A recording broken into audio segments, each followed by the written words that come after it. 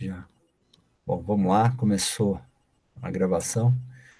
Boa noite a todos, tudo bem? Sou o Ricardo aqui da NAD, estou aqui hoje com a Mariana Sbait, no nosso Comitê de Privacidade e Proteção de Dados e Compliance. Hoje nós estamos aqui para apresentar um tema muito interessante, acho que muito pertinente também para o momento que nós estamos vivenciando, falar sobre um pouquinho do papel do DPO e o atendimento às demandas dos titulares de dados.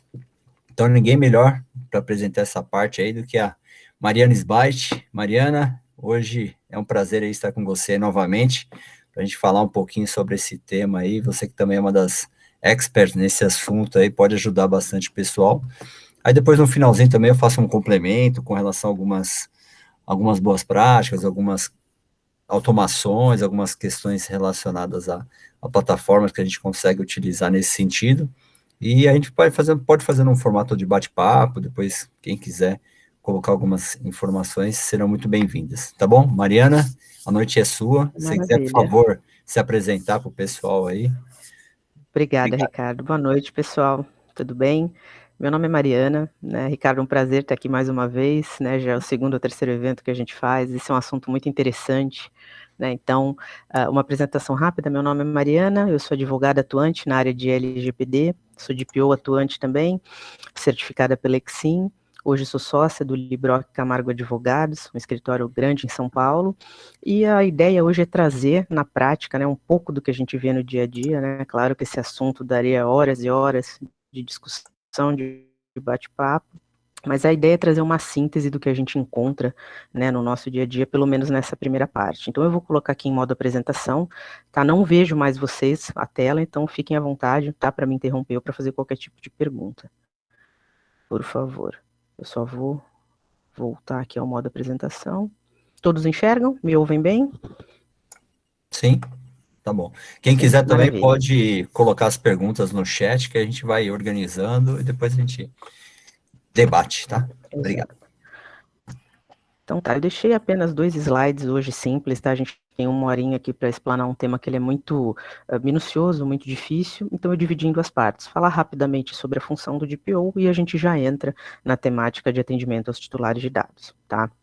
DPO, de forma muito simplificada, é o correspondente, né, da GDPR ao encarregado pelo tratamento de proteção de dados, artigo 41 da LGPD, e a atuação dele é muito além da comunicação que a lei traz, né? O artigo 41 traz ali alguns incisos mencionando a comunicação entre controladores, operadores, agentes de tratamento, entre os titulares de dado, pessoas físicas, e entre a Agência Nacional de Proteção de Dados, né? Mas não é só isso. A atuação ela é muito extensa, quem atua na prática hoje sabe o tamanho da responsabilidade que é ser um DPO, então ele precisa, além de ser essa válvula de comunicação, essa ponte, estar incluso em todo e qualquer processo que envolva dado pessoal. Tá? Então, a gente fala desde qualquer tipo de mudança de área, a gente fala desde inclusão de privacy by design, quando você pensa num novo produto, num novo serviço, a avaliar a documentação, a treinar, a capacitar todos os envolvidos, né, ainda que sejam terceiros, ainda que sejam colaboradores da empresa, é um trabalho muito extenso. Tá? Muito gratificante, mas muito extenso, que demanda muito estudo, né? A lei ela não traz ali um cargo específico, né? Olha, precisa ser advogado, precisa ser TI, precisa ser compliance, mas é muito importante que estude, que conheça, né, a lei, porque vai ser o dia a dia. Né? Hoje o mais difícil que a gente tem na prática é a gente fazer esse encaixe da prática na teoria, porque os clientes eles chegam com todo e qualquer tipo de demanda, de todo e qualquer tipo de assunto. Né? Então você precisa conseguir trazer a lei para a realidade do cliente. Tá? A contratação, como ela é feita?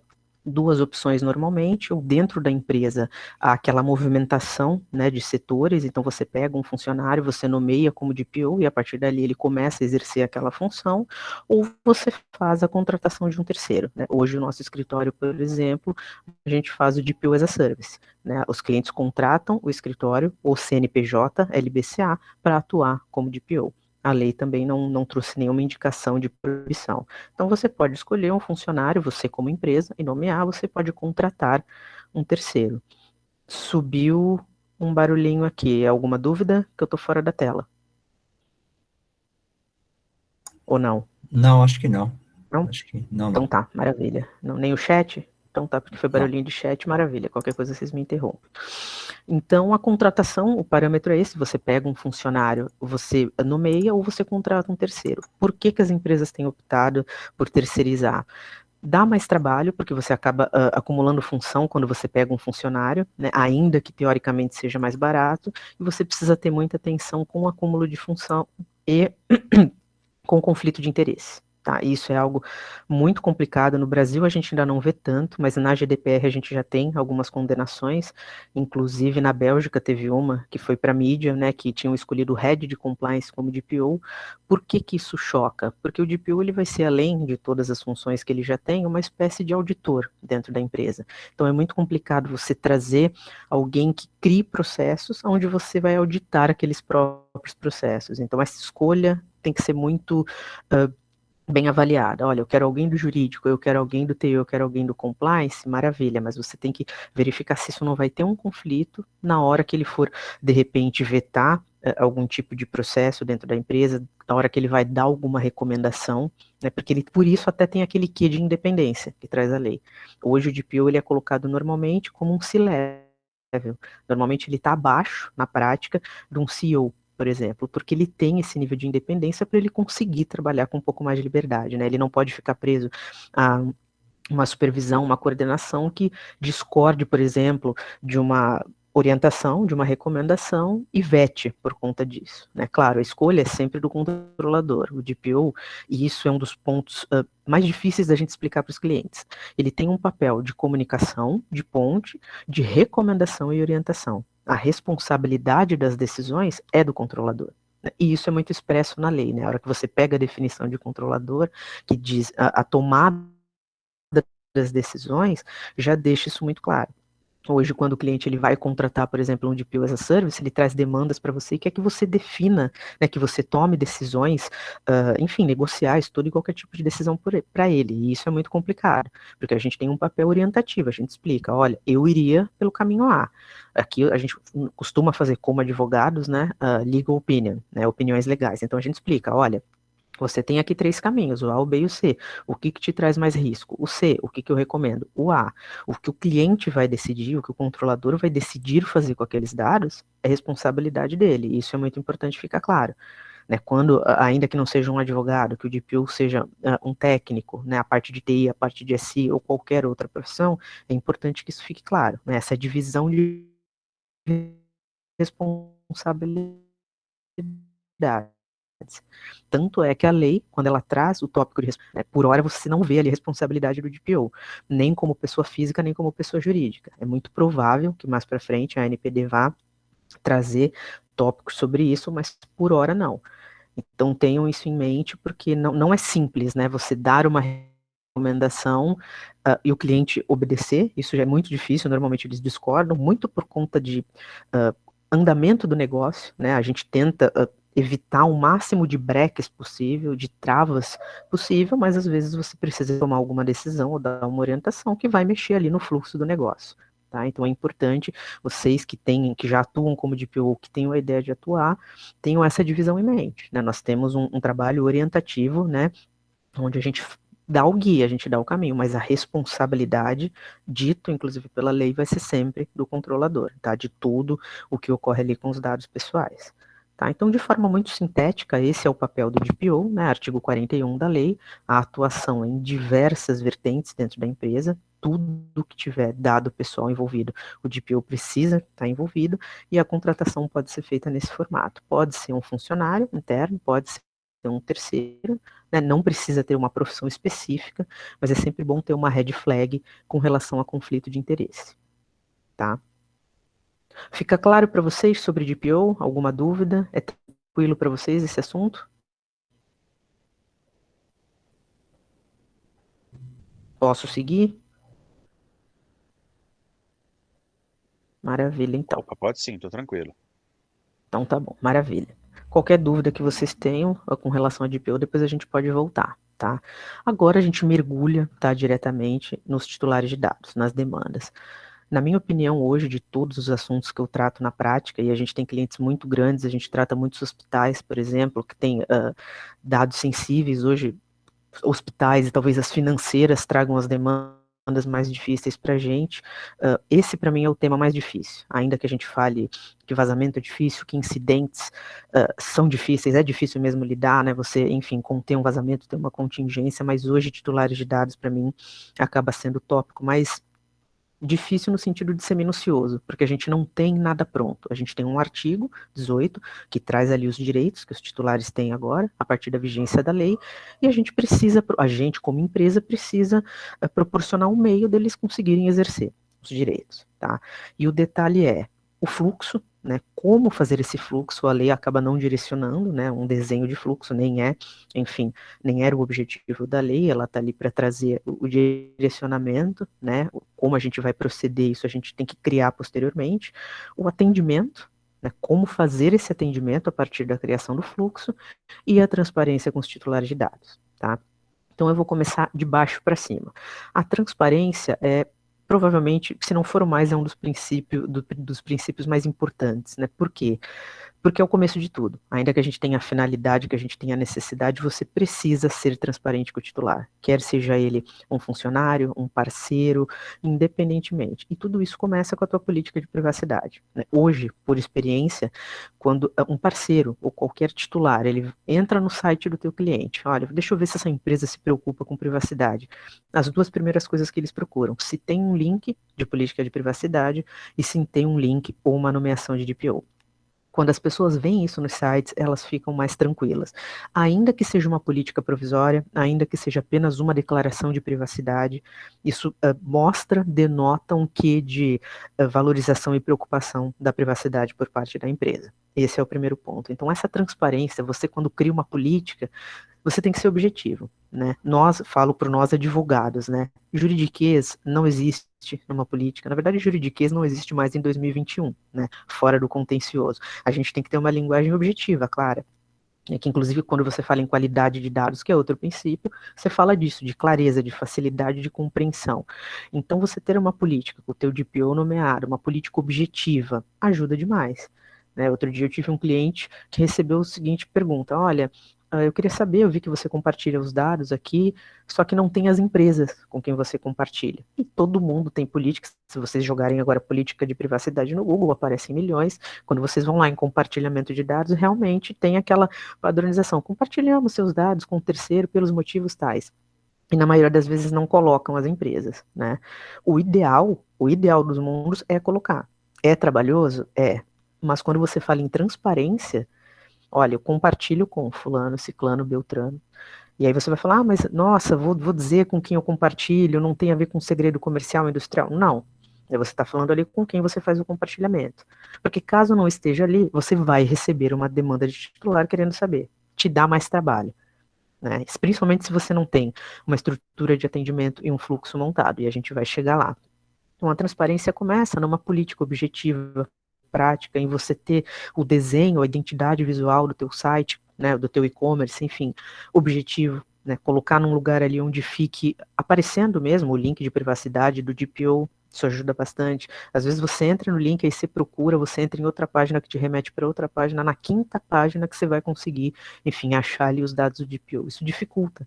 Né? Então procurem deixar essa transparência, e sem ser redundante, essa transparência muito clara, fácil no site, uma política objetiva, né? Uma política de privacidade de 60 páginas, ninguém lê.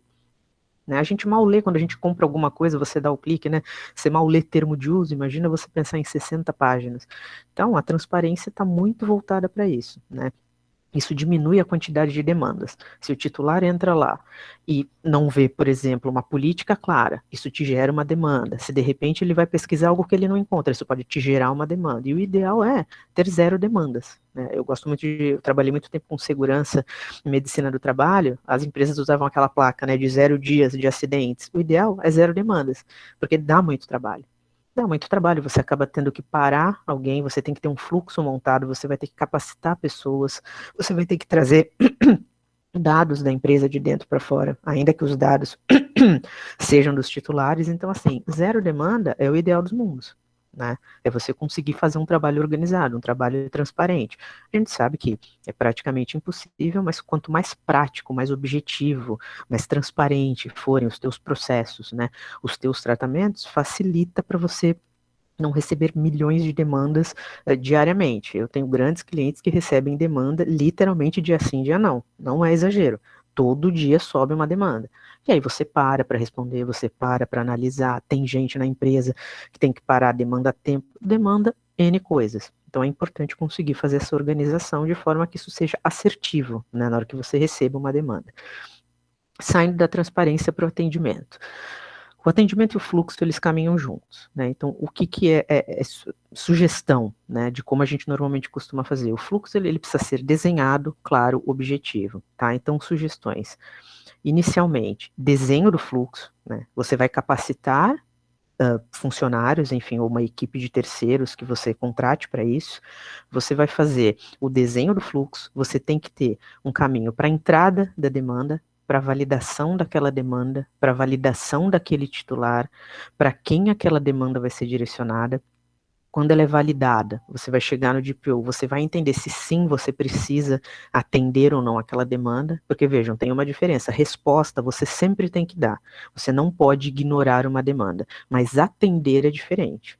Por exemplo, exclusão de dados, que acho que talvez dos direitos seja hoje o mais difícil de atender. Você recebe uma demanda de exclusão. Olha, meu nome é Mariana, eu sei que vocês têm meus dados, recebi aqui um e-mail, marketing, qualquer coisa nesse sentido, eu gostaria que vocês excluíssem porque eu não tenho relação nenhuma com vocês, tá?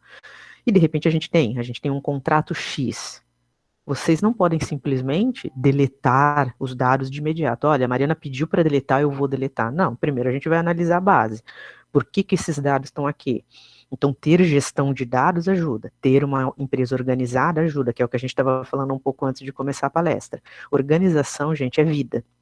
Tá? Principalmente para um DPO. Não tem condição de você fazer um trabalho com proteção de dados sem organização, porque senão vira uma balbúrdia. Então você tem que conseguir receber uma demanda, analisar aquela demanda, olha, que base legal encaixa aqui. Não posso deletar. Então significa que você não vai atender, não significa que você não vai responder. Então tem essas diferenças. Você sempre vai dar uma resposta. Olha, tá bom, excluímos porque conseguimos excluir. Olha, não conseguimos excluir, por exemplo, porque temos um contrato, assim, assim, assim, e por lei eu preciso guardar esses dados, posso guardar esses dados por 5 anos.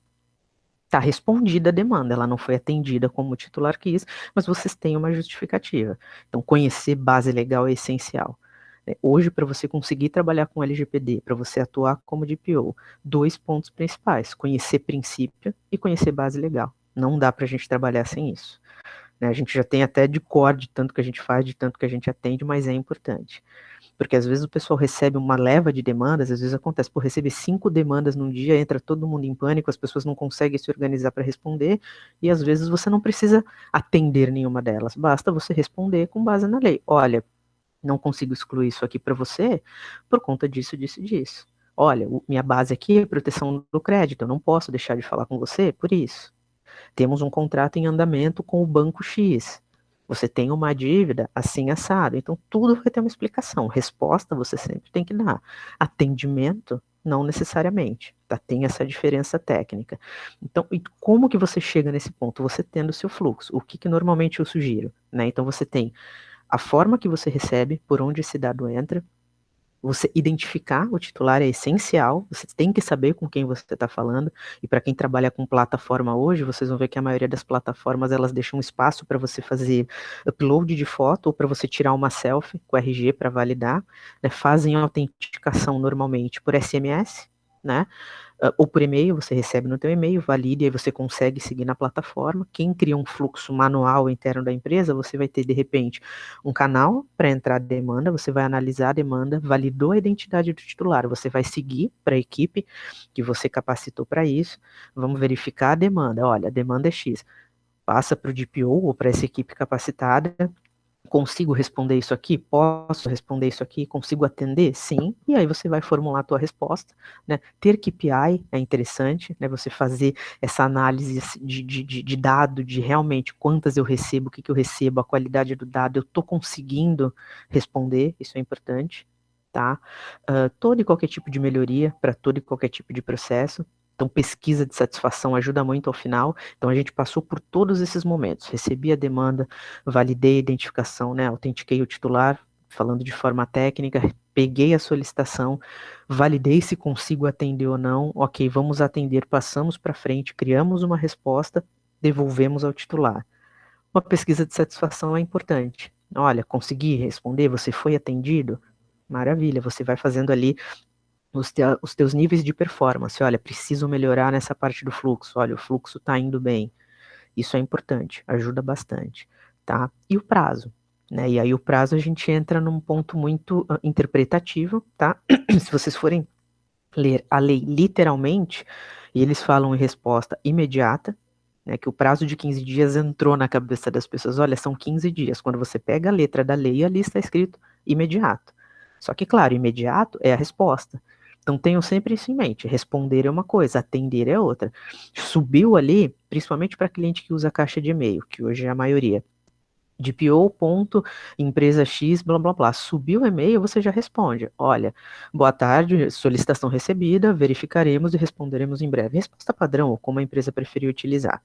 Isso é importante. Se você consegue responder no mesmo dia, se você tem uma organização de banco de dados, de fluxo, onde você consiga checar, olha, me pediram aqui a correção do dado, né? Olha, era solteiro, casou, quer ali corrigir o dado. Se você consegue fazer isso no dia, maravilha, você faz e devolve para o cliente, de forma imediata. Se você não consegue atender de imediato, se você precisa coletar informações, se você trabalha com o sistema, e aí você precisa de repente entrar em contato com quem opera o sistema, você tem os 15 dias para cumprir. E os 15 dias contados da data da solicitação, 15 dias corridos. Tá? Isso é importante. Para quem usa a ferramenta, a maioria das ferramentas sobe um alarme, né? Então você pode configurar, olha, receber o alarme quando sobe a solicitação e o prazo com 3 dias antes, do 15º. E aí você com 3 dias antes recebe ali uma notificação, porque você está com essa segurança, né? Não trabalhem com prazo fatal, porque pode acontecer de tudo, como já aconteceu com a gente da plataforma do cliente, a plataforma sair do ar. Então eu precisava fazer uma consulta, né? Olha, deixa eu olhar aqui se tem alguma solicitação, alguma demanda hoje. A plataforma ficou 24 horas fora do ar, então é complicado, né? Porque você vai ver no dia seguinte, aí já não são mais 15, são 14. E se é uma demanda difícil, então a gente tem que considerar tudo isso. A tecnologia é maravilhosa, mas a gente tem que considerar que pode acontecer algum problema. Então trabalhem sempre com prazo fora, né, do final, vamos colocar assim. O que mais? Organização de capacitação, isso é importante, tá? Então, as pessoas que vão trabalhar com isso, eu tenho alguns clientes que têm equipes para atender, eu tenho clientes onde uma pessoa atende, elas precisam, né, saber como funciona, conhecer a lei, saques das empresas recebem muita demanda, por engano ou não, tem empresas que utilizam o próprio saque para receber as demandas, tem empresa que criam o próprio e-mail, DPO, privacidade, LGPD, a empresa e utilizam como canal. Eu, particularmente, não gosto de usar o saque, porque eu acho que o saque é o saque, né? A gente tem que ter um canal exclusivo para privacidade e proteção de dados. Fica muito a critério, de novo, decisão do controlador, decisão da empresa, como eles querem fazer. Tá? Outro dia eu tinha um cliente que não queria deixar, por exemplo, o e-mail que eles criaram de privacidade no site. Ah, não, olha, eu uso uma plataforma, eu vou deixar só o link. Minha recomendação, não, eu acho complicado, porque como aconteceu com outro cliente, se a plataforma sai do ar, você perde o seu único canal de comunicação. Então é importante você ter um e-mail, né? Porque se der algum problema com a plataforma, o titular tem um e-mail, te manda um e-mail. Depois ele não pode alegar que você não foi transparente, que você não facilitou o acesso dele. Então são pequenas nuances que a prática vai trazendo pra gente, né? Quando você pega ali o artigo 18, N direitos. A maioria algumas empresas não conseguem cumprir. Tem empresa que não tem decisão automatizada, tem empresa que não consegue fazer portabilidade. Agora, os básicos, que é confirmação de dado, acesso, correção, isso é o que mais chove ultimamente. Olha, e deleção, né, que é o mais difícil de cumprir. Então, normalmente, a base legal te protege da deleção. Mas, quando você não tem algo que te obrigue, a tua finalidade já foi cumprida, você não precisa manter o dado, ele pede para excluir, você exclui. É que normalmente esses pedidos vêm de empresas que têm contratos grandes ou com um banco, ou é proteção de crédito, ou é financeira, ou é um contrato com plano de saúde. Então, assim, tudo que tem contrato envolvido, você tem que respeitar, enfim, o que foi tratado ali, né? E os prazos. Tá? Quando é consentimento, olha, retira meu consentimento. Deu o consentimento, quero retirar. Quer retirar, maravilha, você está cumprindo a lei. Agora, todo e qualquer tipo de deleção é um ponto de atenção, que hoje, dos que eu tenho visto, é o mais pedido. Olha, excluam meus dados porque eu estou recebendo e-mail, excluam meus dados porque eu estou recebendo telefonema, mas na maioria das vezes são solicitações infundadas, porque na maioria das vezes os titulares têm contratos, enfim, cumprimento de obrigação legal, e aí você consegue responder claramente. Tá? O objetivo é deixar isso de forma organizada, né? Simplificado, muito difícil. Né? De novo, é um tema complicado. Montar esse fluxo que a gente está falando aqui não é simples. Na hora que você começa a desenhar, você desenha, e na hora que você vai colocar em prática, é difícil, porque você precisa pensar quem vai atender, para que caixa que vai, como que vai funcionar, né? O tanto que você consegue responder, montar os KPIs, ter os KPIs é difícil, eu sei que não é fácil, mas é tudo aprimoramento, né? Infelizmente, quanto mais demanda, mais a gente aprende, né? Mas o ideal é ter o menos de demanda possível, né? E a gente volta muito na base legal. Então, eu também faço a gestão de mapeamento no escritório. Quando a gente faz o mapeamento de dados, que você consegue, enfim, definir uma base legal, pense que, assim, você não tem hierarquia de bases legais, maravilha, você pode ter mais de uma para um tratamento, mas pense que quanto mais bases legais, mais direitos do titular você fica à mercê de cumprir. Né? Então você tem que pesar os dois lados. Bom, aqui eu tenho um tratamento X, então tá bom, eu posso pensar em consentimento, isso e aqui, isso. Maravilha, escolhi 3 bases. Porém, quanto mais bases você opta, você abre mais espaço para pedidos de titulares. Então, dependendo do segmento da empresa, é complicado. Isso varia muito, de novo, do segmento da empresa, do tamanho da equipe de privacidade, de quem vai atender, se o atendimento é interno, se o atendimento é externo. Normalmente, nós, quando somos contratados como DPO as a Service, eu prefiro que a demanda venha direto para mim, porque às vezes a demanda chega na empresa e se perde. Você tem um e-mail ali com 5 pessoas dentro daquele e-mail, né, no domínio. Então, olha, tá bom, quem vai mandar para Mariana? Eu achei que o fulano mandou, o fulano achou que o ciclano mandou, não chega para mim, a gente perde prazo. Então, eu gosto muito de usar direto para mim, né, utilizar o nosso e-mail que a gente cria de DPO, porque cai na caixa e chega para mim naquele momento. Tem empresas que preferem repassar. Não, olha, Mariana, a gente vai criar o nosso e-mail, chegou, eu repasso para você. Maravilha, mas você tem que ter atenção com o prazo. Então, minha recomendação, pessoalmente, por questão de prática, é direcionem as demandas para cair para vocês, porque às vezes você perde prazo, fica um diz que me disse, e aí depois que o prazo está perdido, ainda que a NPD não esteja atuante, tá? Depois que começar a atuar, de amanhã a um mês, né, contado exato, a gente já tem as sanções administrativas, então isso é importante, tá? Então, de forma muito simplificada, o atendimento e o fluxo, eles estão muito ligados à organização, né, e o quanto que a empresa já conseguiu se aculturar com privacidade, que é o mais difícil. Alguém comentou antes da gente entrar aqui na palestra, mas as empresas realmente ficam lutando, não querem gastar, e isso é assim desde que mundo é mundo. Quando eu atuava com segurança do trabalho era a mesma coisa, as empresas sempre acham que segurança é gasto, elas nunca veem aquilo como um lucro, né? Então, as pessoas aqui no Brasil, coisa de brasileiro, né? Eles preferem trabalhar com a remediação, não com a prevenção. É difícil das pessoas entenderem que a remediação ela sai muito mais cara. Essa aqui é a verdade. É muito melhor você investir hoje num DPO, numa ferramenta boa de segurança, numa equipe boa de TI para você prevenir um vazamento, do que você esperar acontecer um vazamento, que nem a gente mencionou agora há pouco da Cerelo, da Serasa, né? Isso vai para o mercado e essa publicização acaba te dando muito mais prejuízo, de repente de você perder cliente, de você perder parceiro de negócio, de você tomar uma sanção, uma multa milionária, né? Aqui ainda não acontece tanto, mas na Europa a gente vê acontecer, né? Um assunto que aqui ninguém dá audiência, que volta e meia tem multa na Europa, é cookie. Eu não sei por que as pessoas não levam a sério os cookies aqui. Não, cookie. A última foi de 30, 40 mil euros a multa. Né? Mas dá muito trabalho, se for consentimento fazer gestão. Pois é, gente, mas agora você tem uma lei vigente que precisa ser cumprida.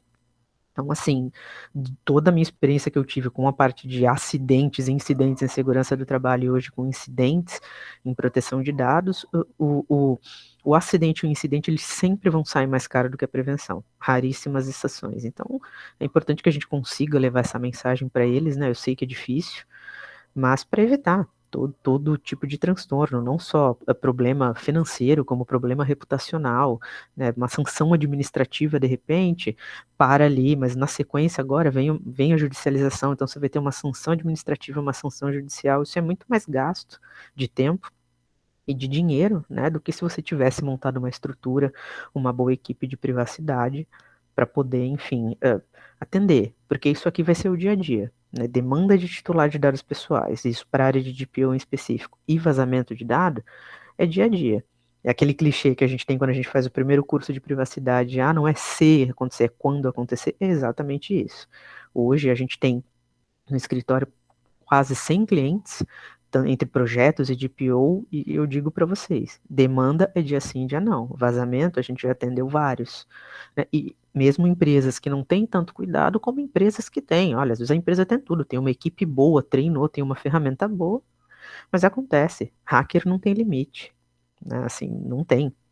Aconteceu agora que foi noticiado semana passada o problema com o Fleury, né, com o laboratório, foi noticiado em vários veículos, e assim, foi um transtorno. A gente tem diversos clientes que têm contrato com eles por conta de ser da área de saúde.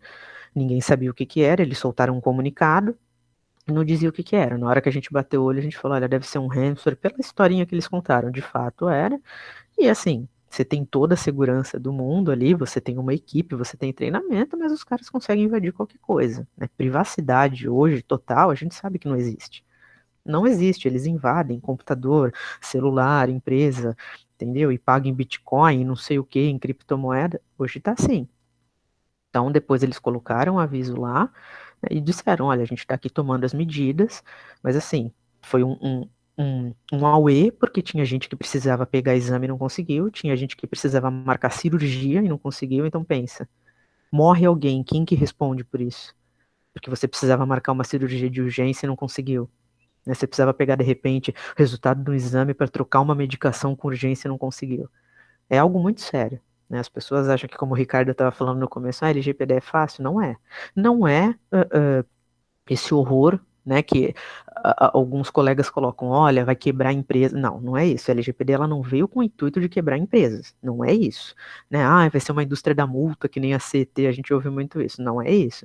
Mas ela não é tão simples e ela não é tão fácil quanto é vendida no LinkedIn, por exemplo. Eu adoro o LinkedIn, sou rata de LinkedIn, acompanho diariamente, e você vê N empresas, N profissionais, N grupos, todo mundo é especialista.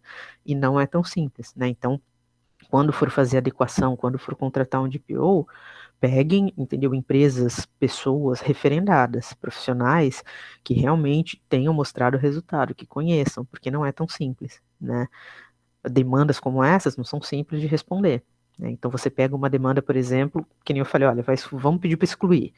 Não, então tá bom, exclui. E você exclui algo que não poderia excluir, né? Você tem uma base legal que não te permite, você vai depois tomar uma sanção automaticamente a hora que a NPD estiver funcionando. Olha, então faz os seus procedimentos errados, tem um vazamento, é um transtorno para resolver. Vem a NPD fiscalizar. Ela fiscalizou, comprovou, ela vai publicizar aquela infração. E aí eu suspeito, né, que o Fleury tenha perdido muitos contratos.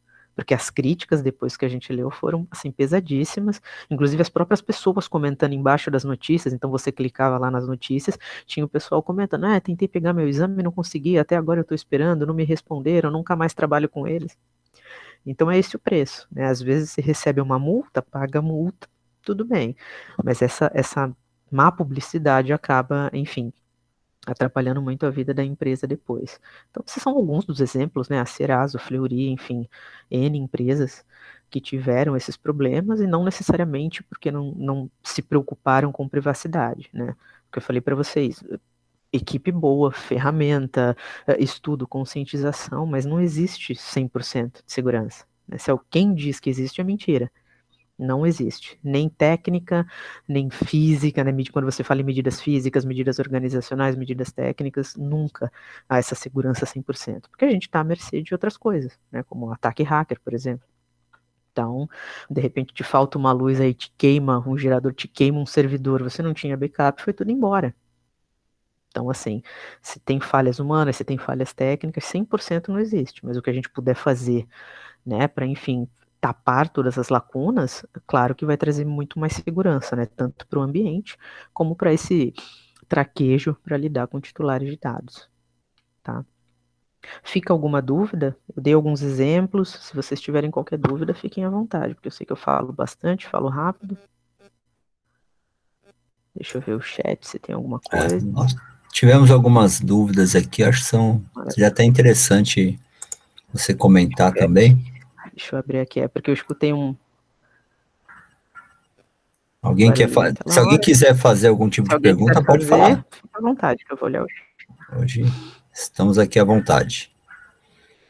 Deixa eu até ver Tem um ponto aqui que acho que foi o Walter, né? Comentou com relação à questão aqui. Do ponto de vista da LGPD, quanto antes você apagar, melhor. Porém, existem algumas obrigações legais a serem consideradas, que é o que você comentou, né? Isso. Tá.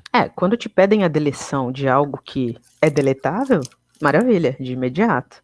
O problema é que a maioria das solicitações que a gente recebe é de algo que você não pode fazer.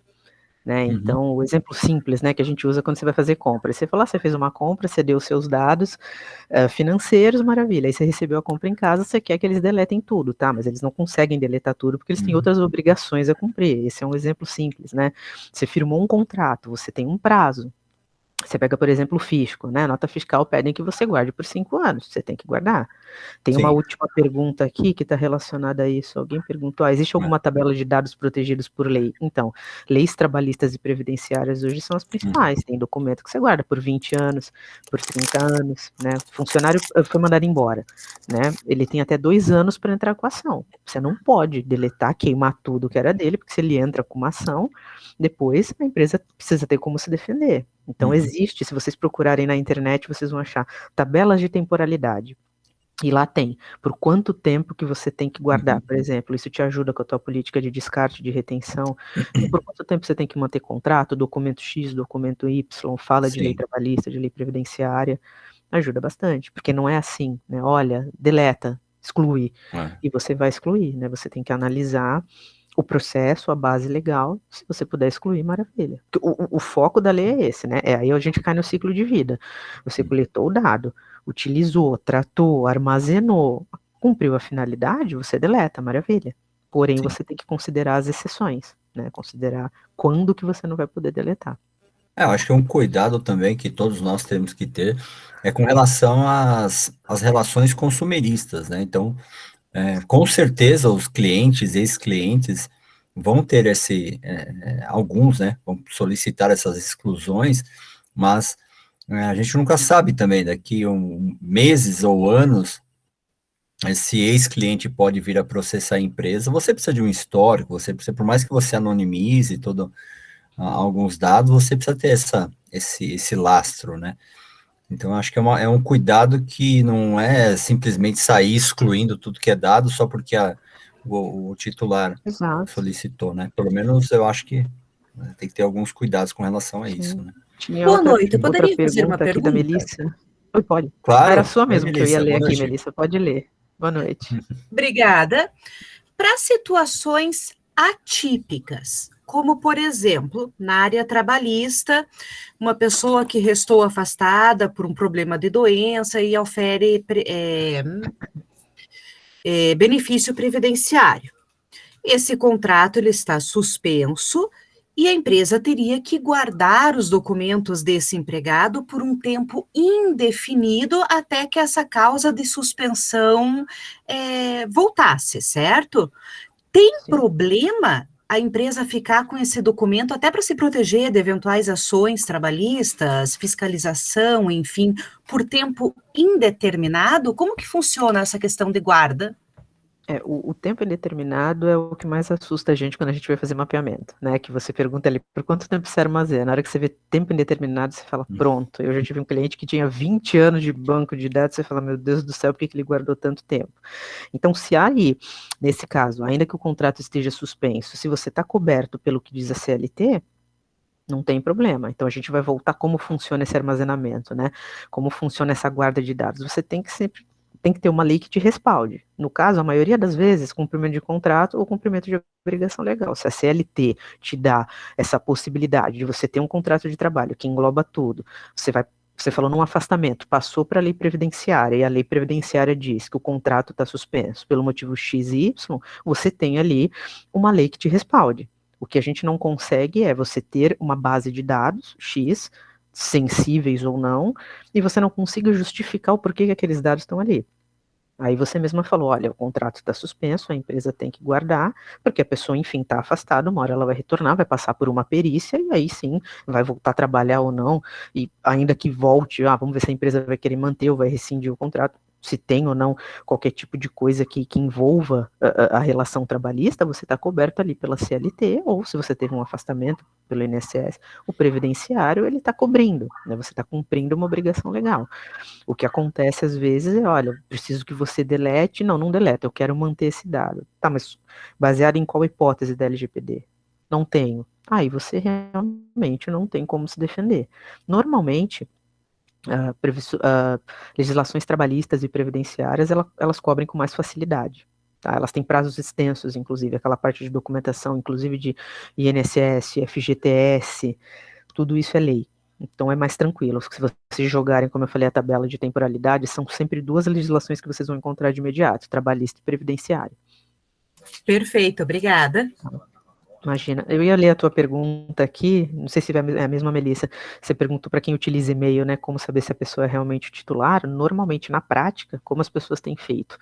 Validado, pedido o documento, quando é só por e-mail, né, ou eles acabam, enfim, fazendo uma call, pedindo selfie, levantando o documento. A gente não tem uma estrutura validada, porque a lei não traz, né, só que você vai falar, tá, tudo bem, mas aí você vai abrir uma câmera para ver a imagem da pessoa, só que você só vai conseguir atender o titular a partir do momento que ele comprova, né? Então a gente tem ônus e bônus, não é só benefício para um lado e benefício para o outro. Para responder o titular, você precisa confirmar que é ele. As ferramentas têm essa opção, né, de você ligar, tirar a selfie com o teu RG. Por e-mail, normalmente se faz validação de documento, né? Ainda não tem nada definido, provável que a NPD venha com alguma diretriz, porque ainda que a gente não possa pedir dados em excesso, você precisa da confirmação do titular. Se ele não confirma que é ele, você não tem como atender a solicitação. Certo, perfeito. É uma questão que a gente tem que tomar muito cuidado, e como a doutora colocou no começo, agora todo mundo é especialista, é de PO e etc. Mas não é bem assim. O que eu vi até, por exemplo, nós temos uma farmácia aqui no Paraná, foi amplamente divulgado na mídia, não vejo problema de falar, Droga Raia, que bonitinha, implementou a LGPD, tudo, né? Tentou se adiantar, tentou fazer certo, mas recolhendo dado sensível por biometria. Então, assim, puxa, tentou fazer, mas fez errado. Então, a gente tem uma responsabilidade muito grande realmente nessa questão da adequação. Exato. Na verdade, assim, é um facilitador, é que nem quando você pensa em segurança, né? O pessoal às vezes briga comigo, eu sou super a favor da segurança, eu me sinto muito mais segura quando eu entro num lugar onde eu consigo acessar com a minha digital e entrar, porque eu sei que outras pessoas que não têm a digital não vão conseguir, mas aí você tem que sopesar, tá? Segurança e agora a privacidade. O que vão fazer com aquela digital? E foi o que aconteceu com a Droga Raia. E realmente acontece, eu tô em Santos e eu vi acontecer, eu tava na fila para comprar alguma coisa e chegou alguém no balcão, olha, eu preciso do remédio, tá bom. A moça deu e falou, olha, eu só preciso coletar a sua digital por conta da LGPD. A frase foi essa. E aí eu fiquei olhando, não foi comigo, então assim, tá acontecendo mesmo, tá na mídia, e o risco acaba sendo maior quando você lida com biometria, né, e com imagem, é algo muito complicado. As empresas, eu entendo que é segurança, eu sou super a favor da segurança, mas a gente tem que achar um meio termo. Porque realmente não adianta você cobrir de um lado e descobrir do outro, né? É muito complicado, mas tem até alguns procedimentos que muitas empresas financeiras, cartão de crédito, bancos e de saúde, eles já fazem esse tipo de validação. É aquela troca de informações, né? Então, por exemplo, o titular entra em contato simplesmente por e-mail, não tem mais nada, né? Você, me confirme tal, se você está falando que você é Ricardo, me confirme o seu CPF. Aí a pessoa fala um CPF N, aí fala, mas não tem nada a ver, esse contato que nós temos desse e-mail não é desse CPF. Não, mas esse aí é o meu. Então me passa outra informação, confirme então sua residência. Aí a pessoa vai lá, eu moro em tal lugar. Não bate. E isso acontece muito. Até hoje mesmo, tá conversando com o perito judicial aí que está até presente, o Vitor Brujas, com relação a isso, e nós conseguimos validar várias coisas hoje mesmo, batendo 2, 3 informações, e é simplesmente a questão daquele pinga-fogo de informações, para que você não pegue a sua central e comece a abrir ela para todo mundo que entrar em contato, se você não conseguir ter algum tipo de validação. Até porque você não pode expor a sua própria base de dados para o mercado, né, à toa, né, qualquer um que mande lá um e-mail fake e começa a falar que, me exclua, só que você começa a pesquisar e fazer verificações, não tem nada a ver. Então, isso é muito mais comum do que que a gente pensa, tá? É só uma observação em cima do que você comentou. Alguém levantou a mão aqui, acho que foi o Walter. Eu não estou vendo aqui. Pode falar. Eu não levantei a mão, mas tem uma pergunta. Não, então tá levantadinha aqui, deve ter clicado sem querer, então deve ter clicado, tá levantadinha. Eu levantei, eu sou a próxima, Mariane. A Mariane também, isso, a Mariane também. Obrigada. Legal, a minha questão ela está relacionada à concessão de crédito. Muitas vezes, ao analisarmos a ficha do cliente, mesmo ele não tendo um protesto, né, mesmo ele não tendo, vamos dizer assim, uma forte negativação, o famoso score, né? Você entra no Serasa, por exemplo, e vê que aquele cliente tem um score muito baixo e muitas vezes a empresa, que é a fornecedora, não quer correr o risco. E aí, lógico, você usa a velha forma de dizer, olha, as primeiras compras têm que ser à vista, até o senhor formar aqui um volume de negócios, né? Se esse cliente nos indagar quais foram os critérios para não conceder o crédito, então, qual foi a base de dados que levou à não concessão do meu crédito?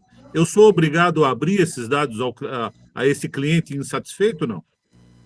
Rapaz, esse é um tema complicadíssimo. Polêmica. Score... Olha, então, score é polêmica, tá? Eu vou te dar a minha opinião. Eu não faria score sem consentimento. Tá? Provavelmente eu sou minoria. Porque eu acho é muito complicado você conseguir justificar para esse cliente depois como que você consultou o CPF dele, porque você não tem uma base legal que trate do score. Ela não está ligada à proteção de crédito como as pessoas que são a favor do score querem linkar. A Melissa colocou aqui, eu acho discriminatório. Pois é, tem esse lado também. Então, assim, como sugestão que você não pediu, tá? Eu não faria score sem o consentimento. Eu acho que se você quiser fazer, coloca. Eu sei que é trabalhoso, a gestão do consentimento ela é trabalhosa. Mas, aí tudo bem, você coletou o dado, você visitou, ele vai querer saber por quê. E aí é o ponto que a gente chega. Como que você vai ter que dizer por quê? Porque você acessou um dado. Porque, veja, e não estou dizendo que é o que você faz, eu estou dizendo que é o que o mercado faz. O mercado vai lá, acessa o CPF da pessoa sem consentimento, ele usa aquilo para não dar um crédito e ele ainda não quer justificar o porquê que ele não deu o crédito. Então é muito complicado, é um tema super polêmico, super interessante, mas assim, minha opinião, e você vai encontrar muitas opiniões diferentes, tá? Eu, para fazer score, utilizaria o consentimento, tá? Utilizaria lá de um opt-in, justifica. Mas e se ele não der? Pois é, porque a gente pode cair muito nessa linha que a Melissa falou, da discriminação. E aí, se você está fazendo um tratamento discriminatório, você está ofendendo um princípio da lei. Sim. E aí você dá 2 passos fora, que é você acessar o dado sem o consentimento e é você não cumprir um dos princípios, tá? Provavelmente aqui na palestra tenham opiniões diferentes, opiniões contrárias, mas eu, apesar de não ser ferrenha legalista, eu acho que quando a gente trata de alguns assuntos, dá para você ser um pouco mais cauteloso, vamos dizer assim, né? Porque tem regras para score, né? Mas para, de repente, você não fazer uma venda não é necessariamente a justificativa. E o problema é esse, como justifica depois? Eu tenho um cliente grande que faz isso, e a gente briga, e esse é o cliente que eu falei que eu recebo demanda de assim, de não. E a demanda, inclusive, já vem com o mesmo título do próprio cliente. Olha, segue outra demanda de CPF de score. O título vem assim, por quê? Porque não tem como justificar. E isso é boca a boca, né? Aí as pessoas, olha, mas eu pedi. É que nem quando um funcionário entra com ação trabalhista e ganha, o resto da empresa entra, demanda de titular é igual. Pô, eu pedi, pede lá. E aí começa a chover. Não, agora eu quero que você delete aqui, por que você consultou meu CPF? Eu não uso o seu cartão faz tempo, eu nunca tive cartão, e aí começa, gente. E não é exagero, tá? É demanda dia sim, dia não. E você tem muito mais trabalho. E no final das contas, na maioria das vezes que eles pedem a exclusão, você vai ter que excluir. Entendeu? Porque o Aí cara não tem um cartão mais ativo, ou então ele nunca teve, entendeu? Então, esse assunto do score, eu acho muito complicado, assim, honestamente, porque depois como você justifica, né? Assim, olha, não vou te vender. O cara vai querer saber por quê. E aí você vai falar, porque eu peguei o seu CPF sem a sua autorização e E contei o seu sabe, ó, score, é por isso que é difícil, tá? Minha opinião. Fiquem à isso, vontade para discordar. e sabe acrescentando uma situação que essa questão de crédito está criando uma prática de mercado muito ruim, que não sei se alguém aqui já presenciou, mas aconteceu comigo semana passada. Eu fui fazer uma compra num grande estabelecimento aí que eu estou reformando, então tive que comprar algumas peças aí para reforma. Aí fiz uma compra. Engraçado que quando eu fiz a compra, ela pegou meu telefone, CPF, tudo, não sei o que. Ela falou: você vai receber um token, né, no seu SMS. Você poderia me passar ele? Aí eu já falei, nossa, mas parece uma conduta de clonagem de WhatsApp, né? Aí eu perguntei para ela, falei, tá, mas por quê? Tudo bem, não, mas vai vir da Sodimac, é só para eu validar o seu pedido. Aí eu peguei e fui lá e passei o token para ela. Falei, tá aqui, ó, anota aí. E eu vi que era da Sodimac e tudo. Aí ela pegou e falou assim, tá bom, aproveitando, a partir dessa compra, você tem um crédito liberado, um cartão de crédito com não sei quanto de limite. Aí eu falei, eu não acredito que vocês pegaram a minha validação de consulta do CPF para um crédito agora na minha frente. Ela, eu não sei se é isso, mas fechamos o seu gerente. Então foi uma prática exatamente isso que você falou. O mercado já está buscando essa validação de crédito, de consulta, de score, seja do CPF, a partir de algumas ações que você tem que. Você vai receber por e-mail, você vai receber por SMS, por WhatsApp, e você vai ter que passar um código. Só que isso é péssimo. Eu acho que é a pior coisa que uma empresa poderia. Eu nunca indicaria isso para um cliente, por quê? Qual que é a diferença de quem está te clonando o WhatsApp e do negócio que você está? É totalmente uma prática péssima, assim, eu fiquei indignado, eu falei, gente, isso vai virar um case, porque eu falei Sodimac, mas não é o Sodimac, tá, é que eu acabei de fazer uma compra na Sodimac, mas não tem nada a ver com eles, é uma outra empresa menor. Então eu acho que, assim, a gente tem que tomar cuidado com isso, e principalmente de que forma que a gente orienta os nossos clientes, principalmente nessa questão de consulta. Mas, enfim, era só uma colocação para vocês ficarem alertas que isso vai ser uma prática bem comum de mercado. A Mariane queria fazer uma pergunta, Mariane? Sim, Ricardo, boa noite você, boa noite, Boa noite. Mariana. Boa noite. Excelente exposição aqui sobre a proteção, né, em relação aos titulares de dados pessoais e o DPO, essa relação é bem importante, e como a Mariana disse, talvez uma zona ainda das mais que vão ser ainda muito exploradas e ainda sofrerão muitas diretrizes pela NPD. Mas a minha pergunta é no seguinte sentido: quando nós falamos aqui dos titulares de dados em relação a comunicar com a empresa e solicitar o acesso aos seus dados, ou mesmo que tipo de informação que aquela empresa tem em relação a ele, essa demanda ela deve ser feita formalizada, né? Ela não deve ser feita, por exemplo, sob uma ligação. Por exemplo, eu estou recebendo aqui uma ligação de uma operadora e que eu não sou cliente dessa operadora, e aí, neste momento, eu solicito que naquele momento ali, a minha requisição para que eles me reportem de que forma, né, que tipo de dados eles têm, né, no sentido, e como eles estão sendo tratados. Essa solicitação ela é válida desta forma quando você está recebendo, inclusive naquele momento, de alguém que você realmente tem certeza que não ofertou os dados, né, para aquela empresa, para aquela operadora, por exemplo. E aí surge uma questão, em seguida eu faço um contraponto, que é, quando você solicita, você precisa solicita informações, você precisa oferecer informações. E daí, muitas vezes, a pessoa às vezes até não tem, mas passa a ter porque você ofereceu. Então, vira um ciclo vicioso, se é que vocês me entendem. Eu gostaria, assim, de ter um pouquinho de esclarecimento nesse sentido, porque é muito complicado a gente lidar nessas situações.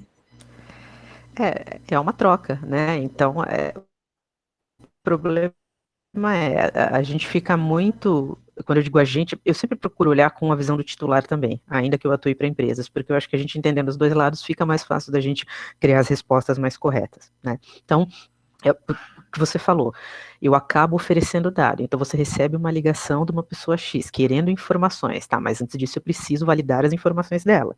Eu, como titular, tenho todo o direito de querer exercer os meus direitos, só que isso não é a Deus dará, eu preciso justificar. Então, se eu ligo para sua empresa, oi Mariana, tudo bem? Eu sou a Mariana, eu quero que você exclua meus dados, eu sei que tem dado isso, dado aquilo, você vai falar, tá Mariana, mas quem é você? Como você comprova? E eu digo, não tenho que comprovar, eu sei que você tem meus dados, porque eu tinha negócio com vocês e eu quero que você delete. E a resposta é, bom, mas Mariana, se você não tem como comprovar sua identidade, eu não posso te atender. Então é uma via de mão dupla, foi o que você falou, é uma troca de informações, né?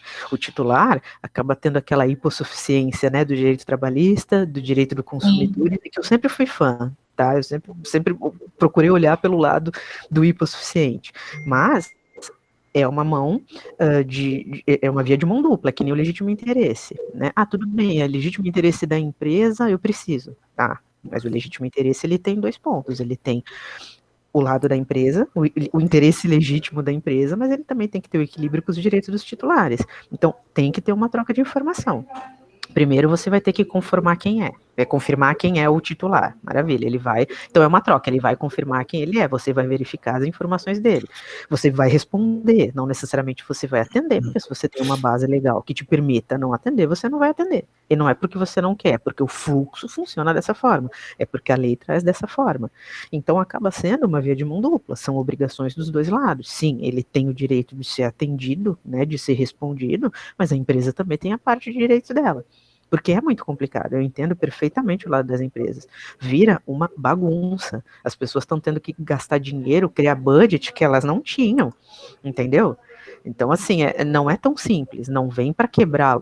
Como eu disse, a LGPD ela não vem para quebrar a empresa, ela não vem para viver de multa. Mas os titulares também têm que entender que, assim, temos direitos, mas eles vão ser cumpridos dentro do que a lei permite. Que você falou corretamente, acaba sendo um círculo, porque para eu pedir para você uma informação, eu vou ter que te dar a informação, a gente vai trocar dados, né? Isso envolve custo, isso envolve tempo, então assim, principalmente quando vem por parte de operadores, antes da gente começar aqui efetivamente a palestra, a gente estava tendo essa troca, né, de olha, quem atende os titulares, não sei se você já estava aqui, eu, Mariana, entendo que quem responde titular é controlador. Aí eu tenho colegas competentíssimos que entendem que o operador pode responder. Eu entendo que não é o caminho por conta da responsabilidade que a própria lei traz. De novo, aí a gente cai naquela seara da interpretação. Enquanto a gente ainda não tiver a NPD atuante, a gente vai ficar na seara da interpretação. Mas é uma via de mão dupla, é uma troca de informações, do mesmo jeito que a gente não pode extrapolar o consentimento, a gente não pode extrapolar o legítimo interesse, que hoje são as duas bases que mais a gente acaba puxando sardinha, né, o consentimento para o titular, o legítimo interesse para a pessoa jurídica, mas o que você falou está correto, é uma troca. Eu entendo, muito particularmente, que é tudo uma questão de bom senso, né, você não tem que extrapolar os seus direitos como titular, mas a empresa também não pode te proibir de fazer algo que você tem direito de fazer. Né? A gente viu, não sei se vocês já tiveram a oportunidade de receber uma carta pesadelo, não sei se todo mundo aqui sabe o que é uma carta pesadelo, mas assim, eu já tive cliente que recebeu, e é assim, gente, o cara pega ali 3 páginas de Word com 1 milhão de perguntas e manda, olha, eu quero saber tudo isso aqui. Tá, você quer saber tudo isso? Muitas vezes faz isso. Não, e o pessoal faz. A lei entrou em vigor na madrugada do dia 18, né? No dia seguinte, meio-dia do dia 18, você entrava no Reclame Aqui, mas tinha a tampa de solicitação já. Por quê? Porque a lei está funcionando. Você pega uma carta pesadelo, mas pânico. Não, você não precisa ter pânico. Vamos ver o que está perguntando, vamos ver qual a relação desse titular com você. Às vezes você não precisa atender nada, dependendo da base legal. Então, essa é a análise friamente falando que tem que ser feita. Né? De novo, a LGPD não está aqui para beneficiar nenhum lado nem outro. Eu acho que o benefício maior é essa valorização da privacidade. Eu sou muito fã da privacidade. A cultura da privacidade, que vai ser construída. E eu sou muito fã disso. Eu enxergo a LGPD muito mais como uma lei de direitos humanos do que como uma lei voltada para a tecnologia. Mas muito mais, se você for pegar o cunho constitucional que ela tem. Mas é muito do equilíbrio, né? Não dá para o titular querer ficar mandando carta pesadelo para todas as empresas do país achando que vai fazer graça. Sim. E também não dá para as empresas acharem que não vou responder nada porque eu não quero e pago o que aparecer. Porque uma hora essa conta sai mais cara do que eles esperam, né? Sim. E aí, Mariana, e a questão do canal de comunicação, a formalização, você entende como sendo importante ou eu entendo. basta Eu entendo por se conta expressa, né? eu entendo por conta do princípio da responsabilização, né? A hora que você sofre uma fiscalização, você vai ter que mostrar para a Evidência. autoridade evidência. Então, você pode ter um fluxo maravilhoso de funcionamento, atender tudo que a LGPD te pede. Se você não tiver evidência e não consegue comprovar, então eu sou a menina do e-mail. Para mim, tudo precisa ter um e-mail, precisa ser validado, porque pelo menos está ali guardadinho, né? Você sofre, até para auditoria, né? Empresas que sofrem auditoria estão acostumadas com isso. Elas têm tudo ali, você apresenta as evidências, e ainda que você tem a culpa no cartório, né? Como você disse por aí, olha, realmente vazei, cometi uma infração, as evidências servem como atenuante, né? Olha, vazei, maravilha, mas assim, eu tomava medidas, né? Eu treinei o meu pessoal, mas aconteceu aqui, infelizmente, vazei, e na hora que a NPD for fazer, verificar o tipo de sanção, com certeza isso serve como atenuante, né? O seu comportamento preventivo, né? E não remediativo. Beleza, muito obrigada, viu? Imagina. Acho que a Márcia queria fazer uma pergunta. Márcia? Oi, pessoal, boa noite. Boa noite, Olá, Mariana. Boa noite. noite, Ricardo. Tudo bem? Boa Tudo noite. bem, querida. A gente está falando sobre essas questões de atendimento às demandas dos titulares de dados pessoais. Eu acho que a gente ainda vai ter muitas situações, assim, como dizer assim, que vão criar muitas dúvidas, mesmo com os sites tentando fazer adequação. Por que eu estou te falando isso? Hoje, a gente estava fazendo uma pesquisa, estava lendo sobre a questão de eu estava querendo ler um texto que foi colocado pela Data Privacy Brasil, então eu cliquei, no que eu cliquei, jogou para esse link que tinha ele é crítica e análise, né, sobre o LGPD, várias informações. Então, ele oferecia, se você queria receber até 10 newsletters, né, mensais, e pedia você para se cadastrar. Então, eu fui tentar fazer o cadastro, só que, assim, eu, por um acaso, resolvi dar uma lida na política de privacidade. Então, o que eles fizeram? Quando você clica lá, e vem aquele texto gigante da política de privacidade, como sempre, né? É aquele não li, mas concordo. E logo embaixo, eles colocaram lá as informações dos dados que eles coletavam. Eu comecei a ler, eu achei assim muito... Assim, eu falei, gente, eles apenas vão oferecer 10 newsletters por mês. Se você quiser assinar outros produtos, é só uma assinatura. Então, para mim, na minha visão, um e-mail seria suficiente. Eles pediram seu CPF, né, seu endereço, uma série de situações que eu falei, gente, dados bancários, de cartão, se você for pagar, eu falei, peraí, é só para oferecer 10 newsletters. Então, você tem que diferenciar o cliente que quer só receber as cartas mensais, né, sobre os assuntos referentes à LGPD, daqueles que vão solicitar algum tipo de serviço para eles, de assinatura. Porque o que acontece é o seguinte, são situações diferentes. Ele pergunta o cargo, naturalidade, autenticação, autorização, faturamento de serviço. Então, ele diz no final, tais informações são coletadas no momento em que você ou seu gerente de contas está criando sua conta para acesso aos serviços do site tal, né, através do nosso website ou de sistemas internos. O que eu observei com isso? Que mesmo quando a pessoa coloca no site aquela adequação, eles estão, assim, extrapolando na quantidade de solicitação de dados para serem coletados, que não é necessário isso tudo.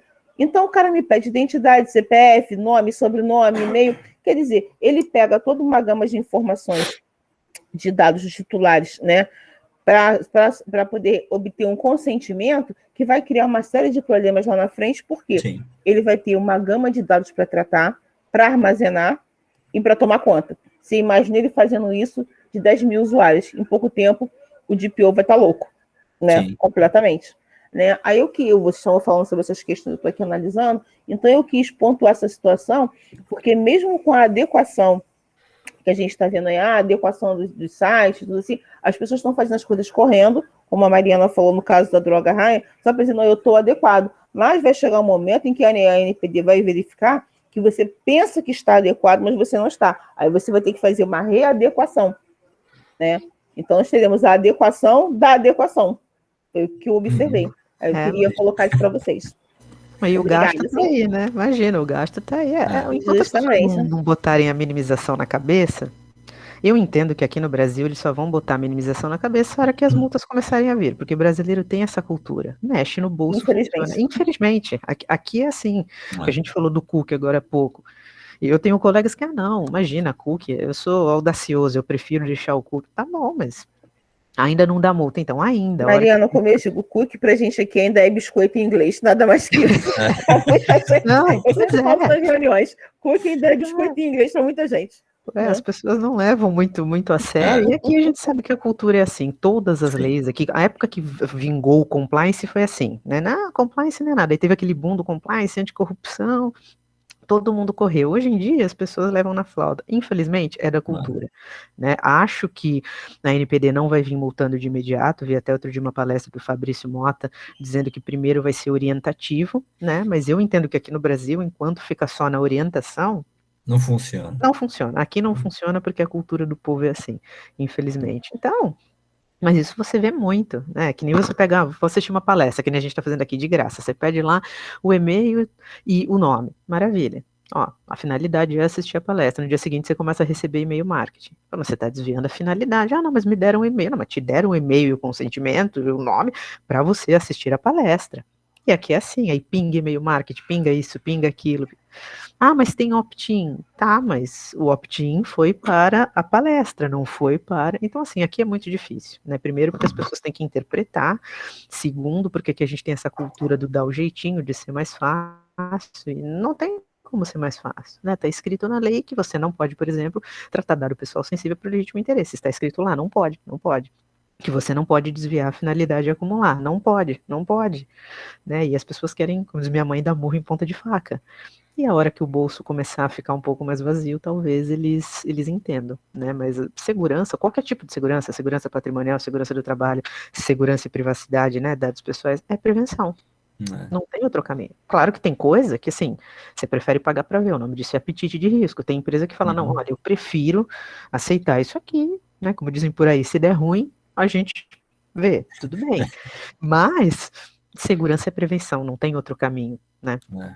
Eu acho que tem que alinhar muito bem essa questão dos novos negócios com a questão da privacidade, né? Quando as empresas, toda empresa quer vender mais, toda empresa precisa apresentar seus produtos e serviços, só que eu acho que dentro dessas boas práticas, o que falta muito é a questão não só do bom senso, mas também do engajamento, porque nós estamos numa nova era, e a LGPD ela veio para afirmar isso, que realmente, assim, você precisa muito mais ter o engajamento do potencial cliente ou do cliente efetivo do que simplesmente ficar fazendo uma propaganda, um absurdo, né? Você entrar num negócio lá, ter que passar todos os seus dados para ter um benefício, só porque você é uma troca. Eu acho que é exatamente isso. Eu acho que por isso que o nome fala boas práticas. Por mais que ela seja conflitante com novos negócios, acho que a gente tem que prezar pela privacidade, privacy by design. Todo mundo fala do privacy by design, mas ninguém aplica isso. Então, é uma frase muito bonitinha, em inglês, privacidade por default, só que assim, quando você começa a colocar isso na empresa, todas as empresas pestanejam, né? Eles ficam, poxa, mas aí você vai ferrar minha parte de cliente potencial. Eu falo, não, você tem que ter o esforço de engajar o cliente, não ficar mandando e-mail marketing à torta direita, né? Então, acho que isso parte da gente, né? Acho que nós aqui estamos dispostos a reinventar esse mercado, né, Mariana? Acho que tem que ser assim. Eu pulei uma pergunta aqui que eu ia responder para o Rogério, fiquei devendo para ele, como o DPO fica confortável em afirmar que não tem dado pessoal na empresa. Então, não fica. Esse é o ponto, não tem fica. que mudar de profissão, então. Né, assim, não fica confortável, né, assim, a gente morre de medo que você pergunta para o cliente, você manda e-mail, você valida, não tem, e aí você vai lá e dá um não em caps lock, não tenho, e aí, achei um negócio aqui, você fala, meu Deus do céu, mas a gente quis essa profissão na vida, né, então, é muito precalço, porque realmente você garantir que não tem. E assim, eu tenho questionamentos desse diretamente quando a gente fala de exclusão, de novo. Ah, pede para excluir. Ah, não, mas não tem aqui. Não pesquisei aqui no banco de dados, não tem nada do fulano. Mas o rapaz está me falando aqui que tem um contrato, deu a data, deu o número do cartão, aí vai fazer uma segunda busca. Ah, puta, achei em outra base. Aí você fica com aquela cara de... Então, assim, essa validação, ela é complicada. Ela é complicada. Você vê muita gente sendo mandada embora, principalmente quando é interno, né? Pô, mas você falou que não tinha, aí o cara vai lá, vai outro cara lá, faz a pesquisa e acha. Então, assim, dizer que é uma profissão que faz bem ao coração, mentira. Dizer que é saudável também não é. A advocacia em si, né? Eu sei que tem muito de DPO que não é da área de direito. A advocacia em si não é uma... Né, a gente estuda, como a gente brinca, a gente estuda para ter problema. Né? A gente estuda para resolver problema, né? Mas a privacidade é complicado, muito mais pela falta de organização. Sabe, assim, você vai fazer um mapeamento, as pessoas não sabem nada, elas ficam meses para te devolver as informações, aí trocam as informações, aí você, como o Ricardo falou no começo, o cara acha que é botar um aviso de cookie no site, fazer uma política e analisar um contrato, tá resolvido o problema, né? Até porque contrato é um dos pontos mais difíceis, é impressionante a dificuldade que o mundo tem de diferenciar o papel do controlador e do operador num contrato, e eu me incluo nisso, não é fácil, é uma das tarefas mais difíceis, é você pega um contrato e fala, meu Deus do céu, chega em dado momento que você acha que um ao outro. Então é estudo, é análise, é prática. São documentos que vão direcionar muita coisa. No final de contas, é um acordo de vontade. Você assinou, está assinado. Né? E aí você tem que levar agora, além de tudo, a privacidade em consideração. Então, por isso que a gente diz que não é simples, né? Desde o momento onde você precisa saber que antes de atender um titular você tem que validar uma identidade, até o momento que você precisa saber de contrato para conseguir identificar o que é agente de tratamento e o que não é, até o momento onde você vai mapear dados, é um tema que eu adoro.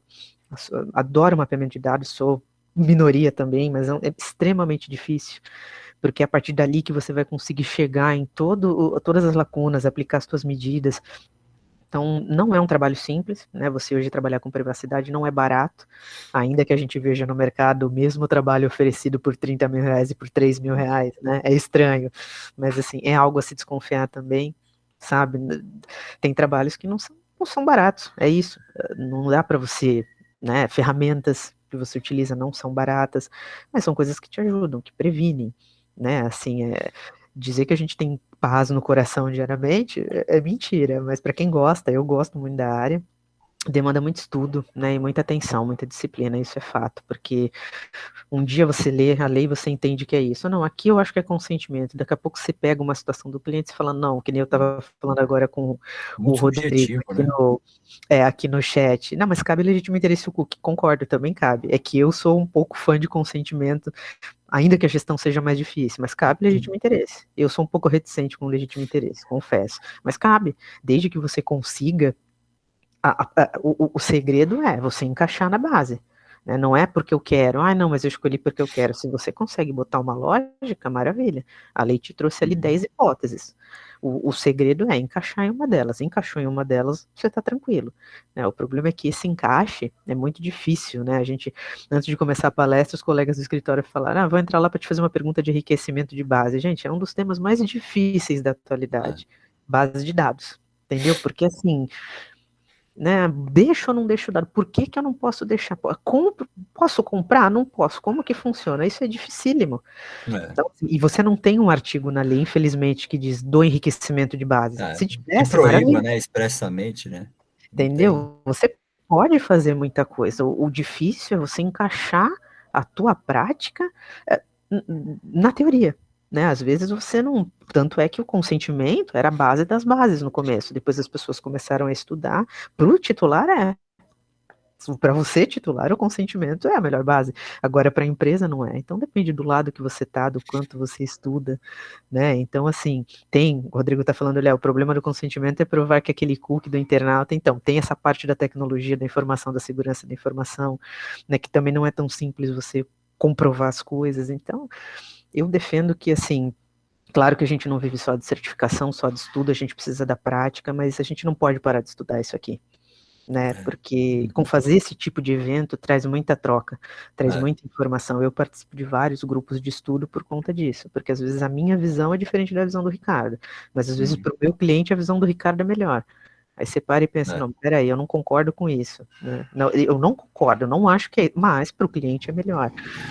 Então tem tudo isso, né? Todas as perguntas que vocês fizeram são super pertinentes. Acho que o Rogério fez uma legal aqui, que na verdade o que ele perguntou é o que a gente passa no dia a dia. Acho que é a última aqui. Aqui já tem outra dele aqui do titular, deixa eu subir. Aqui ele perguntou da opinião várias vezes, né, quando o titular pede solicitações parecidas, né? Então, a lei não fala sobre limitação, né? E aí, a gente estava estudando uma plataforma de atendimento e a plataforma divide, como a maioria delas, por direitos. Então, você vai fazer a sua solicitação, você escolhe lá, eliminação, correção, né? E assim, limitar, a lei não me permite essa limitação. O ponto é aquilo, eu vou conseguir atender, né? Responder, eu respondo. Várias solicitações ao mesmo tempo, se forem direitos diferentes, eu tenho que atender. Né, porque a lei não diz que o cúmulo de solicitações. Então, eu estava explicando isso para um cliente hoje. Se ele colocou a plataforma lá, então o cliente escolheu o tópico, eliminação de dados. Só que se no corpo, ali na caixinha, onde ele vai colocar a informação dele, ele pede mais 3 solicitações de outros direitos, você não tem como negar a resposta porque ele acumulou. A opção da plataforma é sua. A lei pede que você atenda. Então, são esses os cuidados que a gente tem que ter. E se ele me pedir sobre os 10? Você vai ter que responder sobre os 10, desde que, lógico, você tenha bases legais que permitam uma exclusão, uma correção, tudo aquilo que a gente já falou antes. Esses são pontos que a gente ainda não tem resposta, talvez a NPD traga alguma diretriz sobre isso, mas a gente tem que trabalhar com o que a lei coloca. Ela coloca ali os direitos e você tem que permitir esse exercício, né? Se ele te mandar, que nem a gente brincou aqui com a carta pesadelo, né? Você vai ter que ler 3 páginas de Word, analisar pergunta por pergunta e ver o que você precisa atender. Não, limitação, eu procuro sempre não fazer o que a lei não aponta, né? Então, assim, mas a lei não disse que eu posso acumular, mas também não disse que eu posso recusar o acúmulo. Mas não está escrito ali, você pode recusar o acúmulo. Então, o que não é proibido é permitido. Permitida. Sabe? Eu procuro atender. Se você me permite, Mariana. Claro, imagina. Eu tenho na verdade, eu tenho a automação que a gente resolve essa questão. Por favor. De que o Rogério. O Rogério comentou, porque isso daí é uma grande pergunta que os clientes fazem, né? E nós solucionamos algumas questões nesse sentido, usando plataformas de automação, onde você vincula, primeiramente por um e-mail, né, ou um telefone do titular, que ele faz uma solicitação, e é incrível, ele faz uma solicitação, aí você dá uma resposta, que ele, mais ou menos, que sem finalização, na outra semana ele está abrindo um outro chamado na central de atendimento. Isso são para empresas que têm uma organização nesse sentido, e o mais importante é o que a própria legislação fala, sempre, boas práticas. Até o atendimento, ele está inerente realmente a você ter uma boa prática de coleta, da coleta desse atendimento. Então, como que você vai saber? Por exemplo, tem centrais de atendimento aí que tem por dia, mais ou menos, umas 50, 60 demandas, e dessas 50, 60 demandas, tem lá, são 2, 3 que já são repetitivos, né, são recorrentes. Então, isso é muito comum, na verdade não é de agora, sempre foi, há anos já funciona dessa forma, principalmente quando são em cima de outras legislações setoriais, e uma forma muito fácil de se controlar isso é com automação, tá? Não estou puxando sardinha para o meu lado, porque eu tenho uma empresa também de automação, mas assim, isso se resolve de uma maneira muito simples, tá? Depois, se vocês quiserem, posso até mostrar como é que funciona aqui, mas realmente, isso ajuda para que, quando a pessoa entrar novamente, ela possa até passar outro dado para consultar, eu te dei um CPF, não achei nada. Aí ele reabre o chamado, só que você tem toda uma timeline, ou seja, uma linha do tempo de todas as interações. Aí você pega, agora pesquisa por esse e-mail. Hoje todo mundo tem no mínimo 3 e-mails, né? Então assim, eu não tenho nesse e-mail, mas tem no outro. Aconteceu um caso muito parecido nisso que vocês estão falando, assim, o titular, ele solicitou a exclusão a partir de um e-mail, aí a empresa foi tácita e comentou que não tinha exatamente nenhum dado daquele titular, pegando aquele e-mail. Só que depois ele veio com outro e-mail, aí também não tinha, aí formalizaram. Consequentemente, depois de um tempo, ele recebeu um e-mail de um terceiro e-mail que ele tinha. Ele falou, tá vendo, vocês têm o meu e-mail. Ele falou, tá, mas você entrou com um chamado com base nesses 2 endereços, não esse aqui, porque ele não queria passar muita informação. Então, assim, você tendo toda uma automação e uma sistematização, a empresa se resguarda para falar, olha, eu apliquei todos os esforços necessários a partir dos dados que você me passou. É lei de Murphy, se você me passou 9, aquele 10º dado que você não passou e conseguir te achar, é normal isso acontecer. Então, é facilmente justificado que você aplicou todos os esforços possíveis para isso, tá? Então, eu acho que é só uma experiência que eu tenho aqui que eu achei interessante compartilhar, tá bom? Vai estar no mute.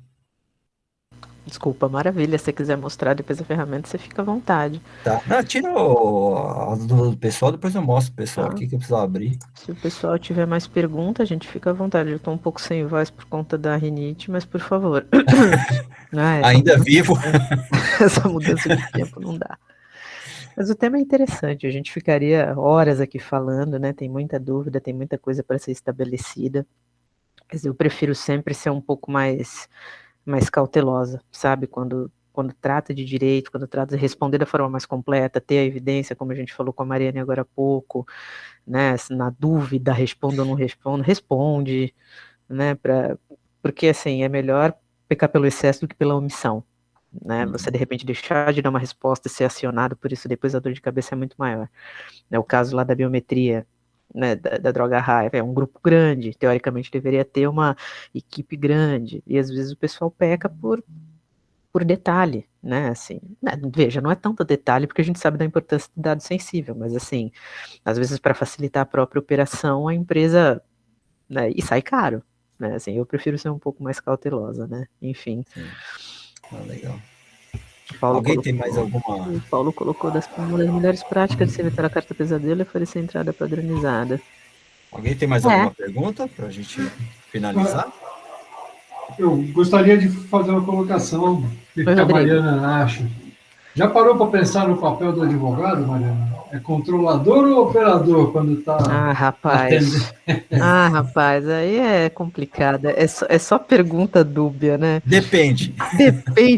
Depende sempre do lado que a gente está. É complicado, né? É que nem o pessoal da auditoria no começo. Hoje, o posicionamento maior é que auditor é controlador, né? Mas é isso, depende do que ele está fazendo com aquele dado. O advogado, contador, eu não sei, eu tendo, na maioria das vezes... Vamos pensar no processo judicial. Os dados que ele está botando no processo judicial. No processo judicial, nós temos respaldo, né, da profissão para atuar dessa forma. Agora, preventivamente fora do processo judicial é outra coisa, né? Não, peraí. No processo judicial, então, do seu ponto de vista, ele é operador ou controlador? Não, na verdade, eu não encaro nem como operador, nem como controlador. Nós temos as nossas responsabilidades e respaldos profissionais. Me fugiu o termo, como é que é? Mariana. É o sigilo profissional. É isso, é sigilo. Não sigilo, mas tem a... Nossa, me fugiu o nome aqui. Prerrogativas. Obrigado, Amanda. Nós temos as prerrogativas, judicialmente. Mas vamos lá falar, são dados pessoais.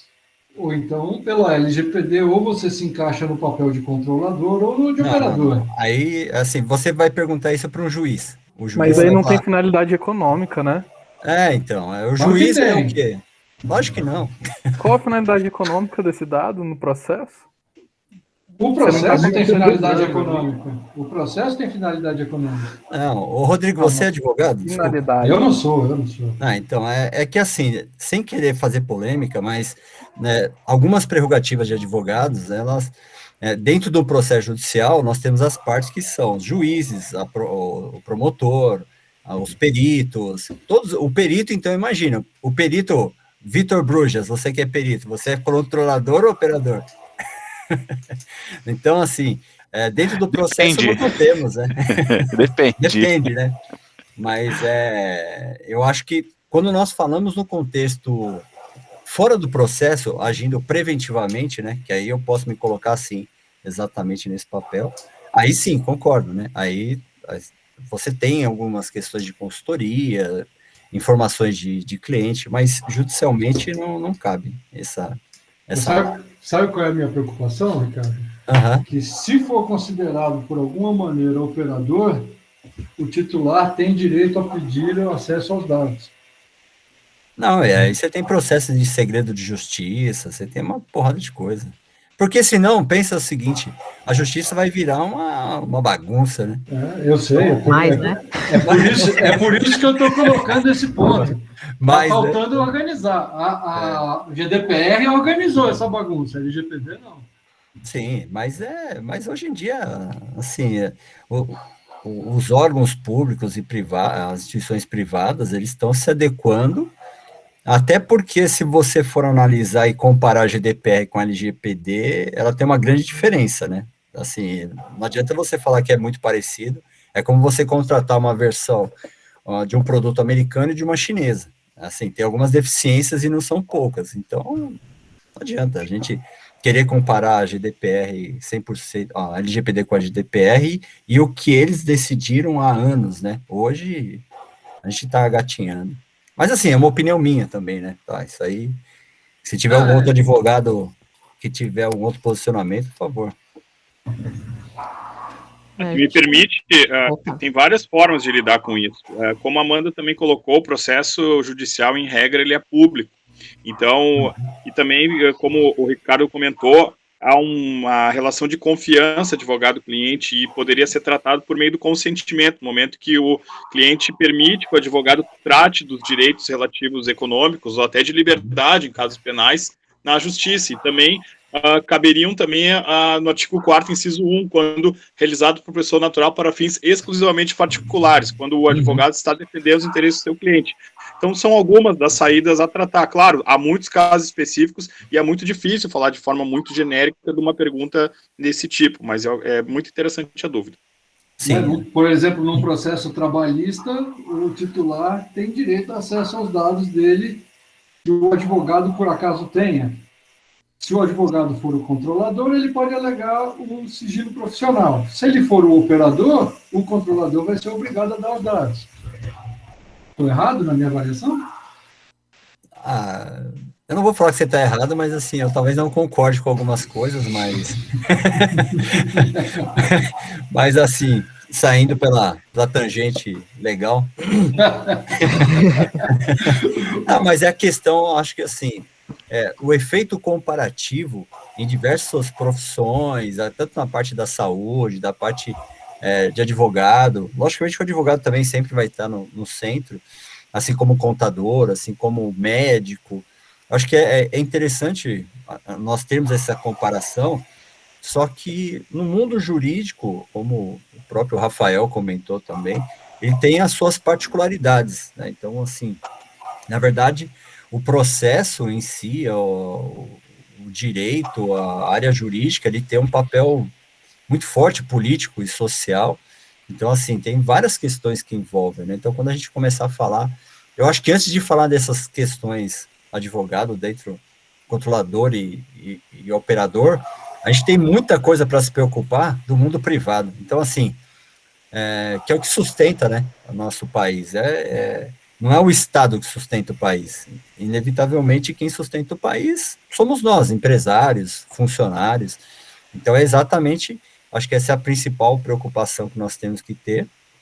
E acredito que a maioria daqui, quem está querendo aprender, quem está querendo trabalhar, é para ser profissional nessa área de privacidade e proteção de dados. Então, eu acho que tem alguns comparativos que, às vezes, nós fazemos, que acabam mais confundindo, porque depois do dia que você aplicar isso no mundo privado, você vai patinar em algumas coisas.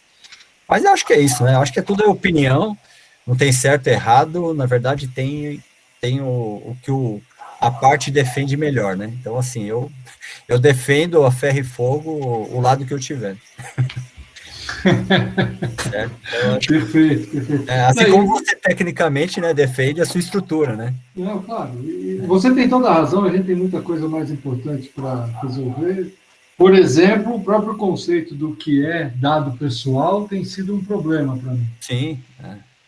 Ixi, Tem muita tanta gente coisa que boa pode não ser consegue dado pessoal. entender. Mas muita gente boa não consegue entender, não. A transformação digital, se você pegar e falar assim, poxa, o meu username de uma rede social é um dado pessoal? Então, assim, são coisas que sejam identificáveis. Hoje, a cada dia, está sendo muito mais amplo, né, essa discussão. Mas, para finalizar, Mariana, você quer colocar alguma coisa? Coloco, acho que foi o Rogério que tinha pedido algumas dicas de boas práticas ali, né?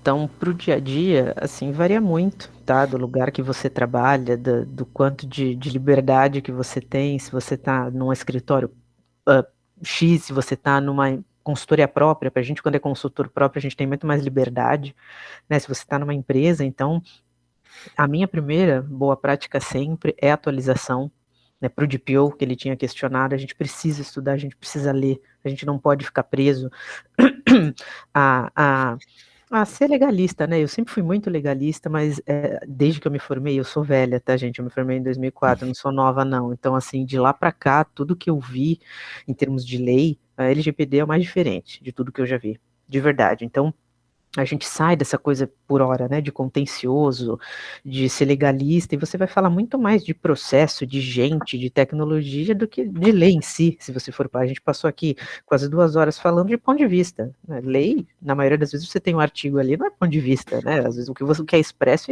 o que é tácito a gente conversa. Então eu acho que a atualização é importante, estudar é muito importante, de novo, a gente não troca, né, certificação por prática, nem vice-versa, eu acho que é um complemento, né. Você ser uma pessoa extremamente organizada, você não consegue trabalhar com isso aqui sem ser organizada, ainda que você não trabalhe com prazo judicial, né, que a gente já cansou de acontecer, de você deixar para fazer o protocolo no dia do prazo e o sistema morrer, e nunca, né, por isso que a gente não trabalha com prazo fatal, né, então a gente tem que ser muito organizado. Plataformas ajudam, mas o Excel é uma ferramenta incrível para N coisas, para gráficos, para planilhar dados, enfim, eu gosto bastante, uso ferramentas também, mas para mapeamento, por exemplo, a gente faz manual, a gente faz via sistema, automação, que nem o Ricardo tem, e depois pode apresentar para vocês. Bom senso, né, que é algo que falta um pouco para o brasileiro, é o que a gente discutiu agora. Que lado que você está? Né, eu, como titular, sou fãzona do consentimento, eu defendendo meus clientes, sou obrigado às vezes a pensar no legítimo interesse, me defender com contratos, então é muito bom senso, né, a gente às vezes fica dando murro em ponta de faca com algumas coisas e não funciona, né, eu mesmo no escritório eu tenho N segmentos dos clientes, às vezes o que funciona para um não funciona para outro, né, evidenciar tudo que faz, né, como eu brinquei agora há pouco, eu sou a menina do e-mail, mas tudo, isso é um mal de advogado, né, tudo a gente evidencia, tudo a gente escreve, porque precisa, porque palavras o vento leva, e leva mesmo, tá, você conversa com a pessoa, você tratou, não, mas eu não disse isso, você fala, bicho, mas a gente acabou de, não, mas eu não disse isso, eu não disse, que nem o Rogério perguntou agora, né, como é que eu tenho certeza que não tenho, não, mas eu não disse que não tinha dado, garantiu para você de pé junto que não tinha dado na base, então, é bom a gente registrar tudo, a gente evidenciar, não só por uma questão de auditoria, de organização, mas de realmente ter ali um registro de que o seu trabalho foi bem feito, foi feito corretamente, né? Dependendo, os vieses mudam, né? Dependendo da formação do DPO. A gente, quando é advogado, a gente tem umas características dessa, de escrever mais, de evidenciar mais. Você pega o pessoal mais técnico, eles procuram ser mais analíticos, né? Normalmente eles focam mais em base de dados, numa análise, numa gestão de dados, então dependendo da sua formação, complemente. Eu sempre fui advogada, né? Conheci segurança da informação estudando para ser DPO, me apaixonei, fiz vários cursos, até porque quem não entende o mínimo de SI não consegue atuar com LGPD. Né? Quem é da área técnica, foque na lei, estude a lei, entenda princípio, tá? Leia princípio da Constituição, é chato, é um saco, mas você vai entender o porquê que a privacidade é tão importante. Tudo começou na Constituição de 88. Então são estudos complementares, né? É multidisciplinar, a gente tem que estudar de tudo um pouco. Mas acho que os 2 pontos principais são organização e paciência, né? Porque 90% das recomendações que você dá para o cliente ele não quer fazer, ou porque é caro, ou porque é difícil, ou porque ele não quer, porque ele discorda, né, porque o ser humano é assim, não, mas vá por aqui, que não, mas delete isso aqui, mas não posso deletar. Isso acontece muito com a exclusão de dados, né, que a gente falou do score agora há pouco com o Walter. mas olha, você está fazendo isso aqui? Não faz o score assim, não consulta assim, deleta. Ah, não, mas eu não posso. Você não pode por quê? Não, porque prejudica o processo. Tá, mas prejudica o quê? Leia, se ele não quer, porque realmente é benéfico para o negócio dele, ele verificar lá se o cara tem score, não tem, enfim, saber para quem ele dá, por exemplo, um cartão, para quem ele libera, é do negócio. Então a gente vai ter essa dificuldade de entender os segmentos, né? O hospital a gente atende muito a área de saúde, é uma área difícil, né? Porque o pessoal fica brigando se escolhe tutela da saúde como base, se escolhe contrato, né, eles sempre querem o que vai beneficiar mais, né? Por isso que 90% adora legítimo interesse. Legítimo interesse não cobre tudo, né? E é difícil você fazer o cara que é dono da empresa entender que se tem uma base que ele pode usar como interesse dele, por que ele não vai usar? É extremamente difícil, é por isso que é importante a gente ser técnico, né? Eu sempre brinco com a minha equipe, eu falo que a gente não pode cometer papelões técnicos, né? Do tipo confundir bases, do tipo não saber o básico, né? Assim, a gente estuda, a gente vende serviço, né? Você vende consultoria de privacidade, não tem como você não saber o que é um dado sensível, o que é um dado pessoal, né? Não conhecer os princípios, né? Princípio é o norte. E os princípios, eles carregam as leis. Então, é importante, né? Eu sou muito fã de estudo. Então, se eu posso dar dicas para vocês, é isso, né? É organização, é paciência. Na verdade, eu não sei se é paciência, gente, é resiliência, né? Porque tem dias que eu tenho crises existenciais, eu brinco com a equipe, porque tem dia que eu acho que, nossa, que resposta bonita que eu tem dia que eu acho que eu não sei nada de LGPD, entendeu? Porque você vê uma que você faz, gente, eu nunca recebi uma pergunta dessa na vida, e o DPO tem isso. A gente no escritório faz adequação e DPO. A vantagem do projeto de adequação, você tem cronograma, ele é faseado, você sabe exatamente o que fazer. O DPO, você está na paz do Senhor trabalhando, sobe uma pergunta de algo que você nunca viu na vida. Entendeu? Você fala, gente, como é que eu vou responder isso aqui? Como é que eu vou saber? Uma vez eu respondi, eu falei até na outra palestra que a gente deu, de um cliente também da área de saúde, Mariana, como é que eu lido aqui, eu tenho um deficiente auditivo e não tinha a ver com o contexto, eu fiquei pensando, meu Deus do céu, como que eu tô conseguindo fazer, como que eu vou fazer essa relação, e depois a gente conseguiu criar um contexto, surgem assuntos, a gente brinca, né, perguntas da NASA, lá no escritório, você fala, gente, eu não sei responder isso aqui, nunca vi isso E na que minha vida. afeta toda a adequação depois, né? Tudo, e aí você Aí tem você fala, poxa, ó, pega o projeto, altera aquele negócio lá, tem que dar uma Exato. demanda X, né? Não, e você tem que sentar e estudar, né? O Aconteceu DPO... hoje. Não, comigo. acontece todo dia. O DPO, eu acho ele muito similar ao advogado contratualista, né? Porque o cara que é contratualista, além dele ganhar muito mais dinheiro do que eu, ele é um cara que sabe de tudo, porque os contratos são muito diferentes. E é uma área extremamente interessante. Eu acho que o DPO é muito similar, porque você recebe perguntas de todos os segmentos, de todas as formas. Então, assim, é jogo de cintura, né? É resiliência e é estudo, tá? Da experiência que eu tenho é o que eu posso trazer para vocês. Ah, legal, perfeito. Eu acho que é isso que o pessoal busca também, né? Acho que um pouco de experiência. E eu queria até te parabenizar aí pela excelente condução aí das respostas aí, da apresentação do tema. E realmente eu acho que o que a gente precisa passar para o pessoal é a complexidade que tem o canal de atendimento, né, às demandas dos titulares, porque nós temos uma fase de levantamento, uma de planejamento, de execução, e depois já o go live do projeto, que é realmente, tá, agora na prática, o que a gente vai fazer? Só que, realmente, tem todo esse ajuste, né, periódico de, poxa, lembra da nossa adequação? Então, vamos ter que voltar lá no levantamento e fazer um outro tipo de levantamento para complementar um plano de ação que nós tínhamos feito. Então, acho que realmente é um papel muito importante. Até queria fazer um anúncio aqui, a Mariana aceitou um convite meu aí para nós fazermos um workshop, né, para falar qual que é o papel do DPO e de que forma que nós construímos essas centrais de atendimento e de que forma que elas afetam todas as adequações, né. Então, tem não só a questão física, mas do projeto, mas tem toda aquela parte sistemática de automação que inevitavelmente vai ajudar a mim, a vocês, a todos os profissionais que atuam nessa área, sejam advogados, como o pessoal da tecnologia.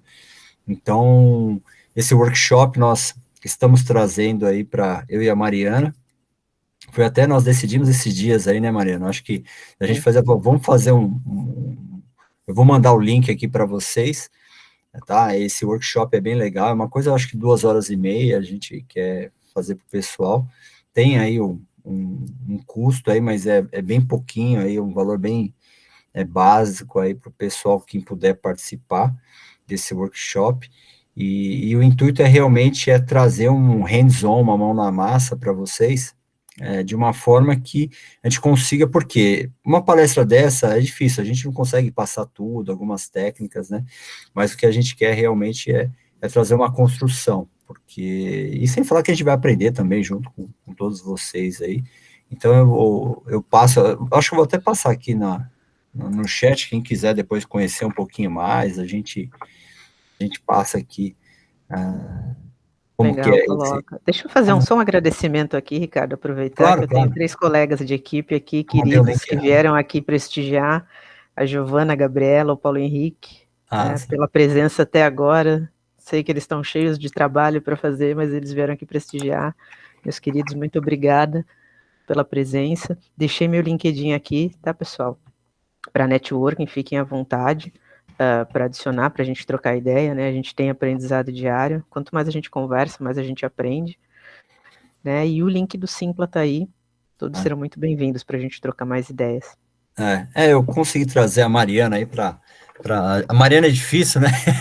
Para a gente tentar fazer alguma coisa mão na massa aí, mas tentar aproveitar, porque a gente vê que no final dos projetos o que mais pega é realmente essa central de atendimento, de demandas, porque ela não tem muita regra, na verdade, ela é um organismo, né? Então, por isso que é bem complexo, e o papel aqui que eu tenho é mais tentar extrair o máximo aqui da Mariana e passar um pouquinho das minhas experiências. Quem quiser também, a gente depois pode evoluir na questão de eu apresentar a ferramenta, até uma coisa que eu estou firmando lá na própria NAD, para trazer não só a minha, mas também outras plataformas, para que fiquem como base para nós que somos membros aqui da NAD, e quem quiser também se associar, mas sejam ferramentas que realmente auxiliem no dia a dia do DPO, do encarregado de proteção de dados, seja como vocês quiserem chamar, tá, pessoal? Se é DPO, se é encarregado, não importa, estamos aqui na luta para tentar fazer o melhor programa de privacidade e proteção de dados. Então, eu acho que é mais esquisito. Então, a NAD vai trazer algumas outras ferramentas também. A gente está querendo lançar o ANAD Business Day, né? Fazer um dia só de negócio, então todo mundo que tiver alguma solução bacana, um serviço diferenciado que possa ajudar os demais associados, membros da ANAD. Então, a gente quer fazer uma troca para tentar ajudar o outro da melhor maneira possível, com soluções acessíveis, porque o mercado hoje está precisando muito, estão muito abertos a soluções, a serviços acessíveis. Não adianta colocar uma adequação de 300 mil reais lá para um cliente, 200 mil reais, sendo que a maioria das empresas não tem condições de pagar isso. Então, acho que o DPO as a Service, que também, você atua também, né, como DPO as a Service em alguns clientes, né? Então, nós temos bom... muitos clientes de DPO as a Service. Hoje nós temos 100 clientes, praticamente, de LGPD, 30% a 40% de DPO as a Service. A procura aumentou bastante. O DPO as a Service é um produto bem legal, só que você precisa ter toda uma estrutura, não só de conhecimento, uma estrutura de software para registrar, tem lá 2, 3 que a gente pode indicar aqui, então acho que é um negócio que vocês podem ficar antenados, porque a gente está aqui, estamos todos no mesmo barco, então eu não vejo aqui, não temos concorrente, ninguém é concorrente de ninguém, pelo contrário, somos colegas, até tem 2, 3 colegas aí que montaram consultoria, até que foram contratados de empresa, Ricardo, você me dá umas dicas, sensacional, dou umas dicas que precisar, dentro do possível, né, não dá para ficar sempre muito em cima, mas a gente tenta ajudar da melhor maneira possível, e o evento é para isso, tá, gente, é mais para essa troca, discussão, ninguém é obrigado a concordar com ninguém, cada um tem seus pontos de vista, até por isso que esse que é o legal, tá, então aqui estamos aí para isso. Então era isso, a mensagem final, quem quiser participar aí de novos eventos, a gente vai estar sempre comunicando, claro, sempre com o consentimento de todos aqui, participantes, né, a gente não pode esquecer. tá? Mas é isso, o que eu queria era só finalizar. Mariana, se quiser finalizar, a gente já... Agradecer a presença de todos, né, que disponibilizaram um pouco de tempo. A gente sabe que a gente trabalha o dia inteiro, é cansativo, né, vir aqui falar de mais trabalho, mas essa troca de ideias é muito interessante, a gente aprende muito, né, eu acho que eu aprendo mais do que todo mundo que está aqui. Como o Ricardo falou, estamos todos no mesmo barco, todos aprendendo. Então, um prazer participar, espero ter ajudado. Eu deixei o LinkedIn, fico à disposição de vocês. Valeu, gente. Obrigado pela participação, obrigado a todos aí, os nossos colegas, nossos amigos, clientes. Eu vi que tem alguns clientes que entraram aqui, saíram. Também é muito legal essa interação. Muito obrigado, boa noite. Os canais estão sempre abertos. Pessoal, eu posso tirar um print da tela? Opa, para colocar no LinkedIn? Nossa. Alguém tem algo contra? Posso bater aqui? A foto, quem quiser abrir o... Se alguém quiser abrir a câmera. Então tá todo mundo respondendo, pode. Deixa eu só cabelo, né? Tem o meu consentimento. Obrigada, então, Junal. Senão a gente não faz nada, né? Não dá para ser casa de ferreiro e espeto de pau, né, gente? Então tá bom, tá aberto aqui. E vamos fazer mais eventos assim como esse, assim, de bate-papo. Na verdade, a maioria dos eventos hoje da ANAD são... Deixa eu tirar um print aqui também. Deixa eu tirar mais um aqui, gente, que acho que... Aí...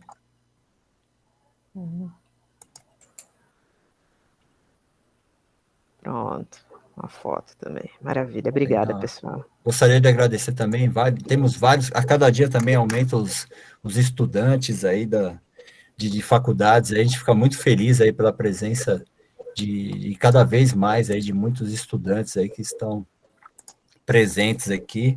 A gente também fica muito contente dessa troca aí com o pessoal da universidade aí. E quem perguntou para mim, com certeza vamos ter aí emissão de certificado, já está pronto. Assim que acabar aqui, a gente já disponibiliza um certificado de 2 horas, já devidamente reconhecido aí pelas faculdades aí. E já temos vários projetos também na faculdade. A ANAD vai para a faculdade, vai para a escola. Estamos começando a dar palestra nas faculdades aí, tá bem, Ricardo, bem legal. Deixa eu só tirar uma duvidazinha com você. Você é do comitê do e-commerce ou é o Cláudio? Então, na verdade, eu estava assumindo o comitê, mas eu passei já a bola lá para ele, porque ele fez tomou posse, né? Então agora ele vai ficar, mas eu vou ficar junto com ele lá. Depois me coloca lá também, porque eu trabalho com a galera do e-commerce e tem muita empresa pequenininha. Então legal. Pode ter umas dúvidas bem interessantes para a gente colocar. Você me colocou no privacidade. Obrigada. Legal. Eu mandei aqui o meu celular. Quem quiser aqui entrar em algum comitê ou qualquer... só me manda para o WhatsApp, que é mais fácil, porque quem quiser, fique à vontade, só me dá um toque, me adiciona em tal comitê. E aí eu falo, porque nós temos alguns comitês que o pessoal preferiu atuar dentro do WhatsApp, outros, a maioria prefere no Telegram. Então, assim, nós vamos... acho que do startup, acho que está no Telegram, mas você me mandando, eu te adiciono lá. É Dani, né? Dani Félix. Isso, eu já te mando, obrigada. Tá bom? Ou se quem me achar ali no grupo do Telegram, pode me chamar lá, eu adiciono, fica mais fácil, porque é muita gente, às vezes, pedindo para entrar, nos comitês eu não consigo. Se eu não coloquei alguém, me perdoem, que às vezes eu não dou conta. É porque, por mais que às vezes tem outros diretores, aí o pessoal fala, o que é mais fácil, eu estou lembrando, é o Ricardo, porque o Ricardo que aparece mais aqui. Porque naquela relação do comitê geral, dos membros gerais, o seu nome está no e-commerce. Aí eu tinha pedido no privacidade e você me incluiu. Sim. Aí depois que eu fui ver lá no próprio site da ANAD, aí já está o nome do Cláudio. Porque ele assumiu esse mês aqui. Na verdade, nós estamos para marcar uma reunião aí com os comitês aqui novamente. É que nós tivemos um probleminha, a maioria dos diretores aqui, o pessoal está muito envolvido com o projeto, e assim, a vida profissional acabou atarefando muito o pessoal, inclusive a mim também, né? Eu tive que, até para colocar gente no meu lugar na empresa, eu tive que treinar durante 2 meses. Então, assim, é bem... Não que a gente não dê atenção, porque vocês não merecem. É que, às vezes, as tarefas acabam muito... A gente assume muita coisa. Então, eu faço 10 mil coisas e às vezes a gente tem que separar. E essa, na verdade, a ANAD está passando por uma descentralização de gestão. Então, eu comecei há um ano, aí as coisas vão crescendo, você tem que ir lá, dar um poder para a diretoria. Depois, agora, a diretoria tem os coordenadores, então a gente vai descentralizando, só que isso dá trabalho, né? Mas estamos bem aí, estamos com mais de 1.500 membros, todo mundo muito participativo, muita gente aprendendo, gente conseguindo vagas de emprego, e a gente dá uma assessoria, a gente fica feliz, né, Mariana? Acho que é isso que nos faz trabalhar todo dia, e dentro do possível a gente tenta fazer o melhor, né? Para mim, o meu maior ganho é o networking, é ter essa positividade aí que a gente sempre... E aprendizado, né? Porque o que eu aprendi nesse 1 ano de ANAD, gente, eu vou te falar, não tem MBA que pague. Eu falei isso numa faculdade, os caras ficaram assim, como assim? Eu falei, cara, o MBA de vocês não me deu tanta coisa que eu aprendi nesse 1 ano de ANAD. Então, eu acho que é isso. Tá bom? Mas obrigado, boa noite a todos aí que ficaram até agora, quase 2 horas de evento aí. Obrigado, Mariana. Eu Obrigado que agradeço. a vocês que participaram. O evento vai ficar gravado depois, estará disponível lá no YouTube. Obrigada, tá pessoal. Valeu, gente. Boa noite, hein? Boa noite para todos. E vamos jantar, né? Vamos jantar. Boa noite, bom descanso. Um abraço. Obrigado, boa noite, bom descanso. Valeu, Zé. Até mais. Até.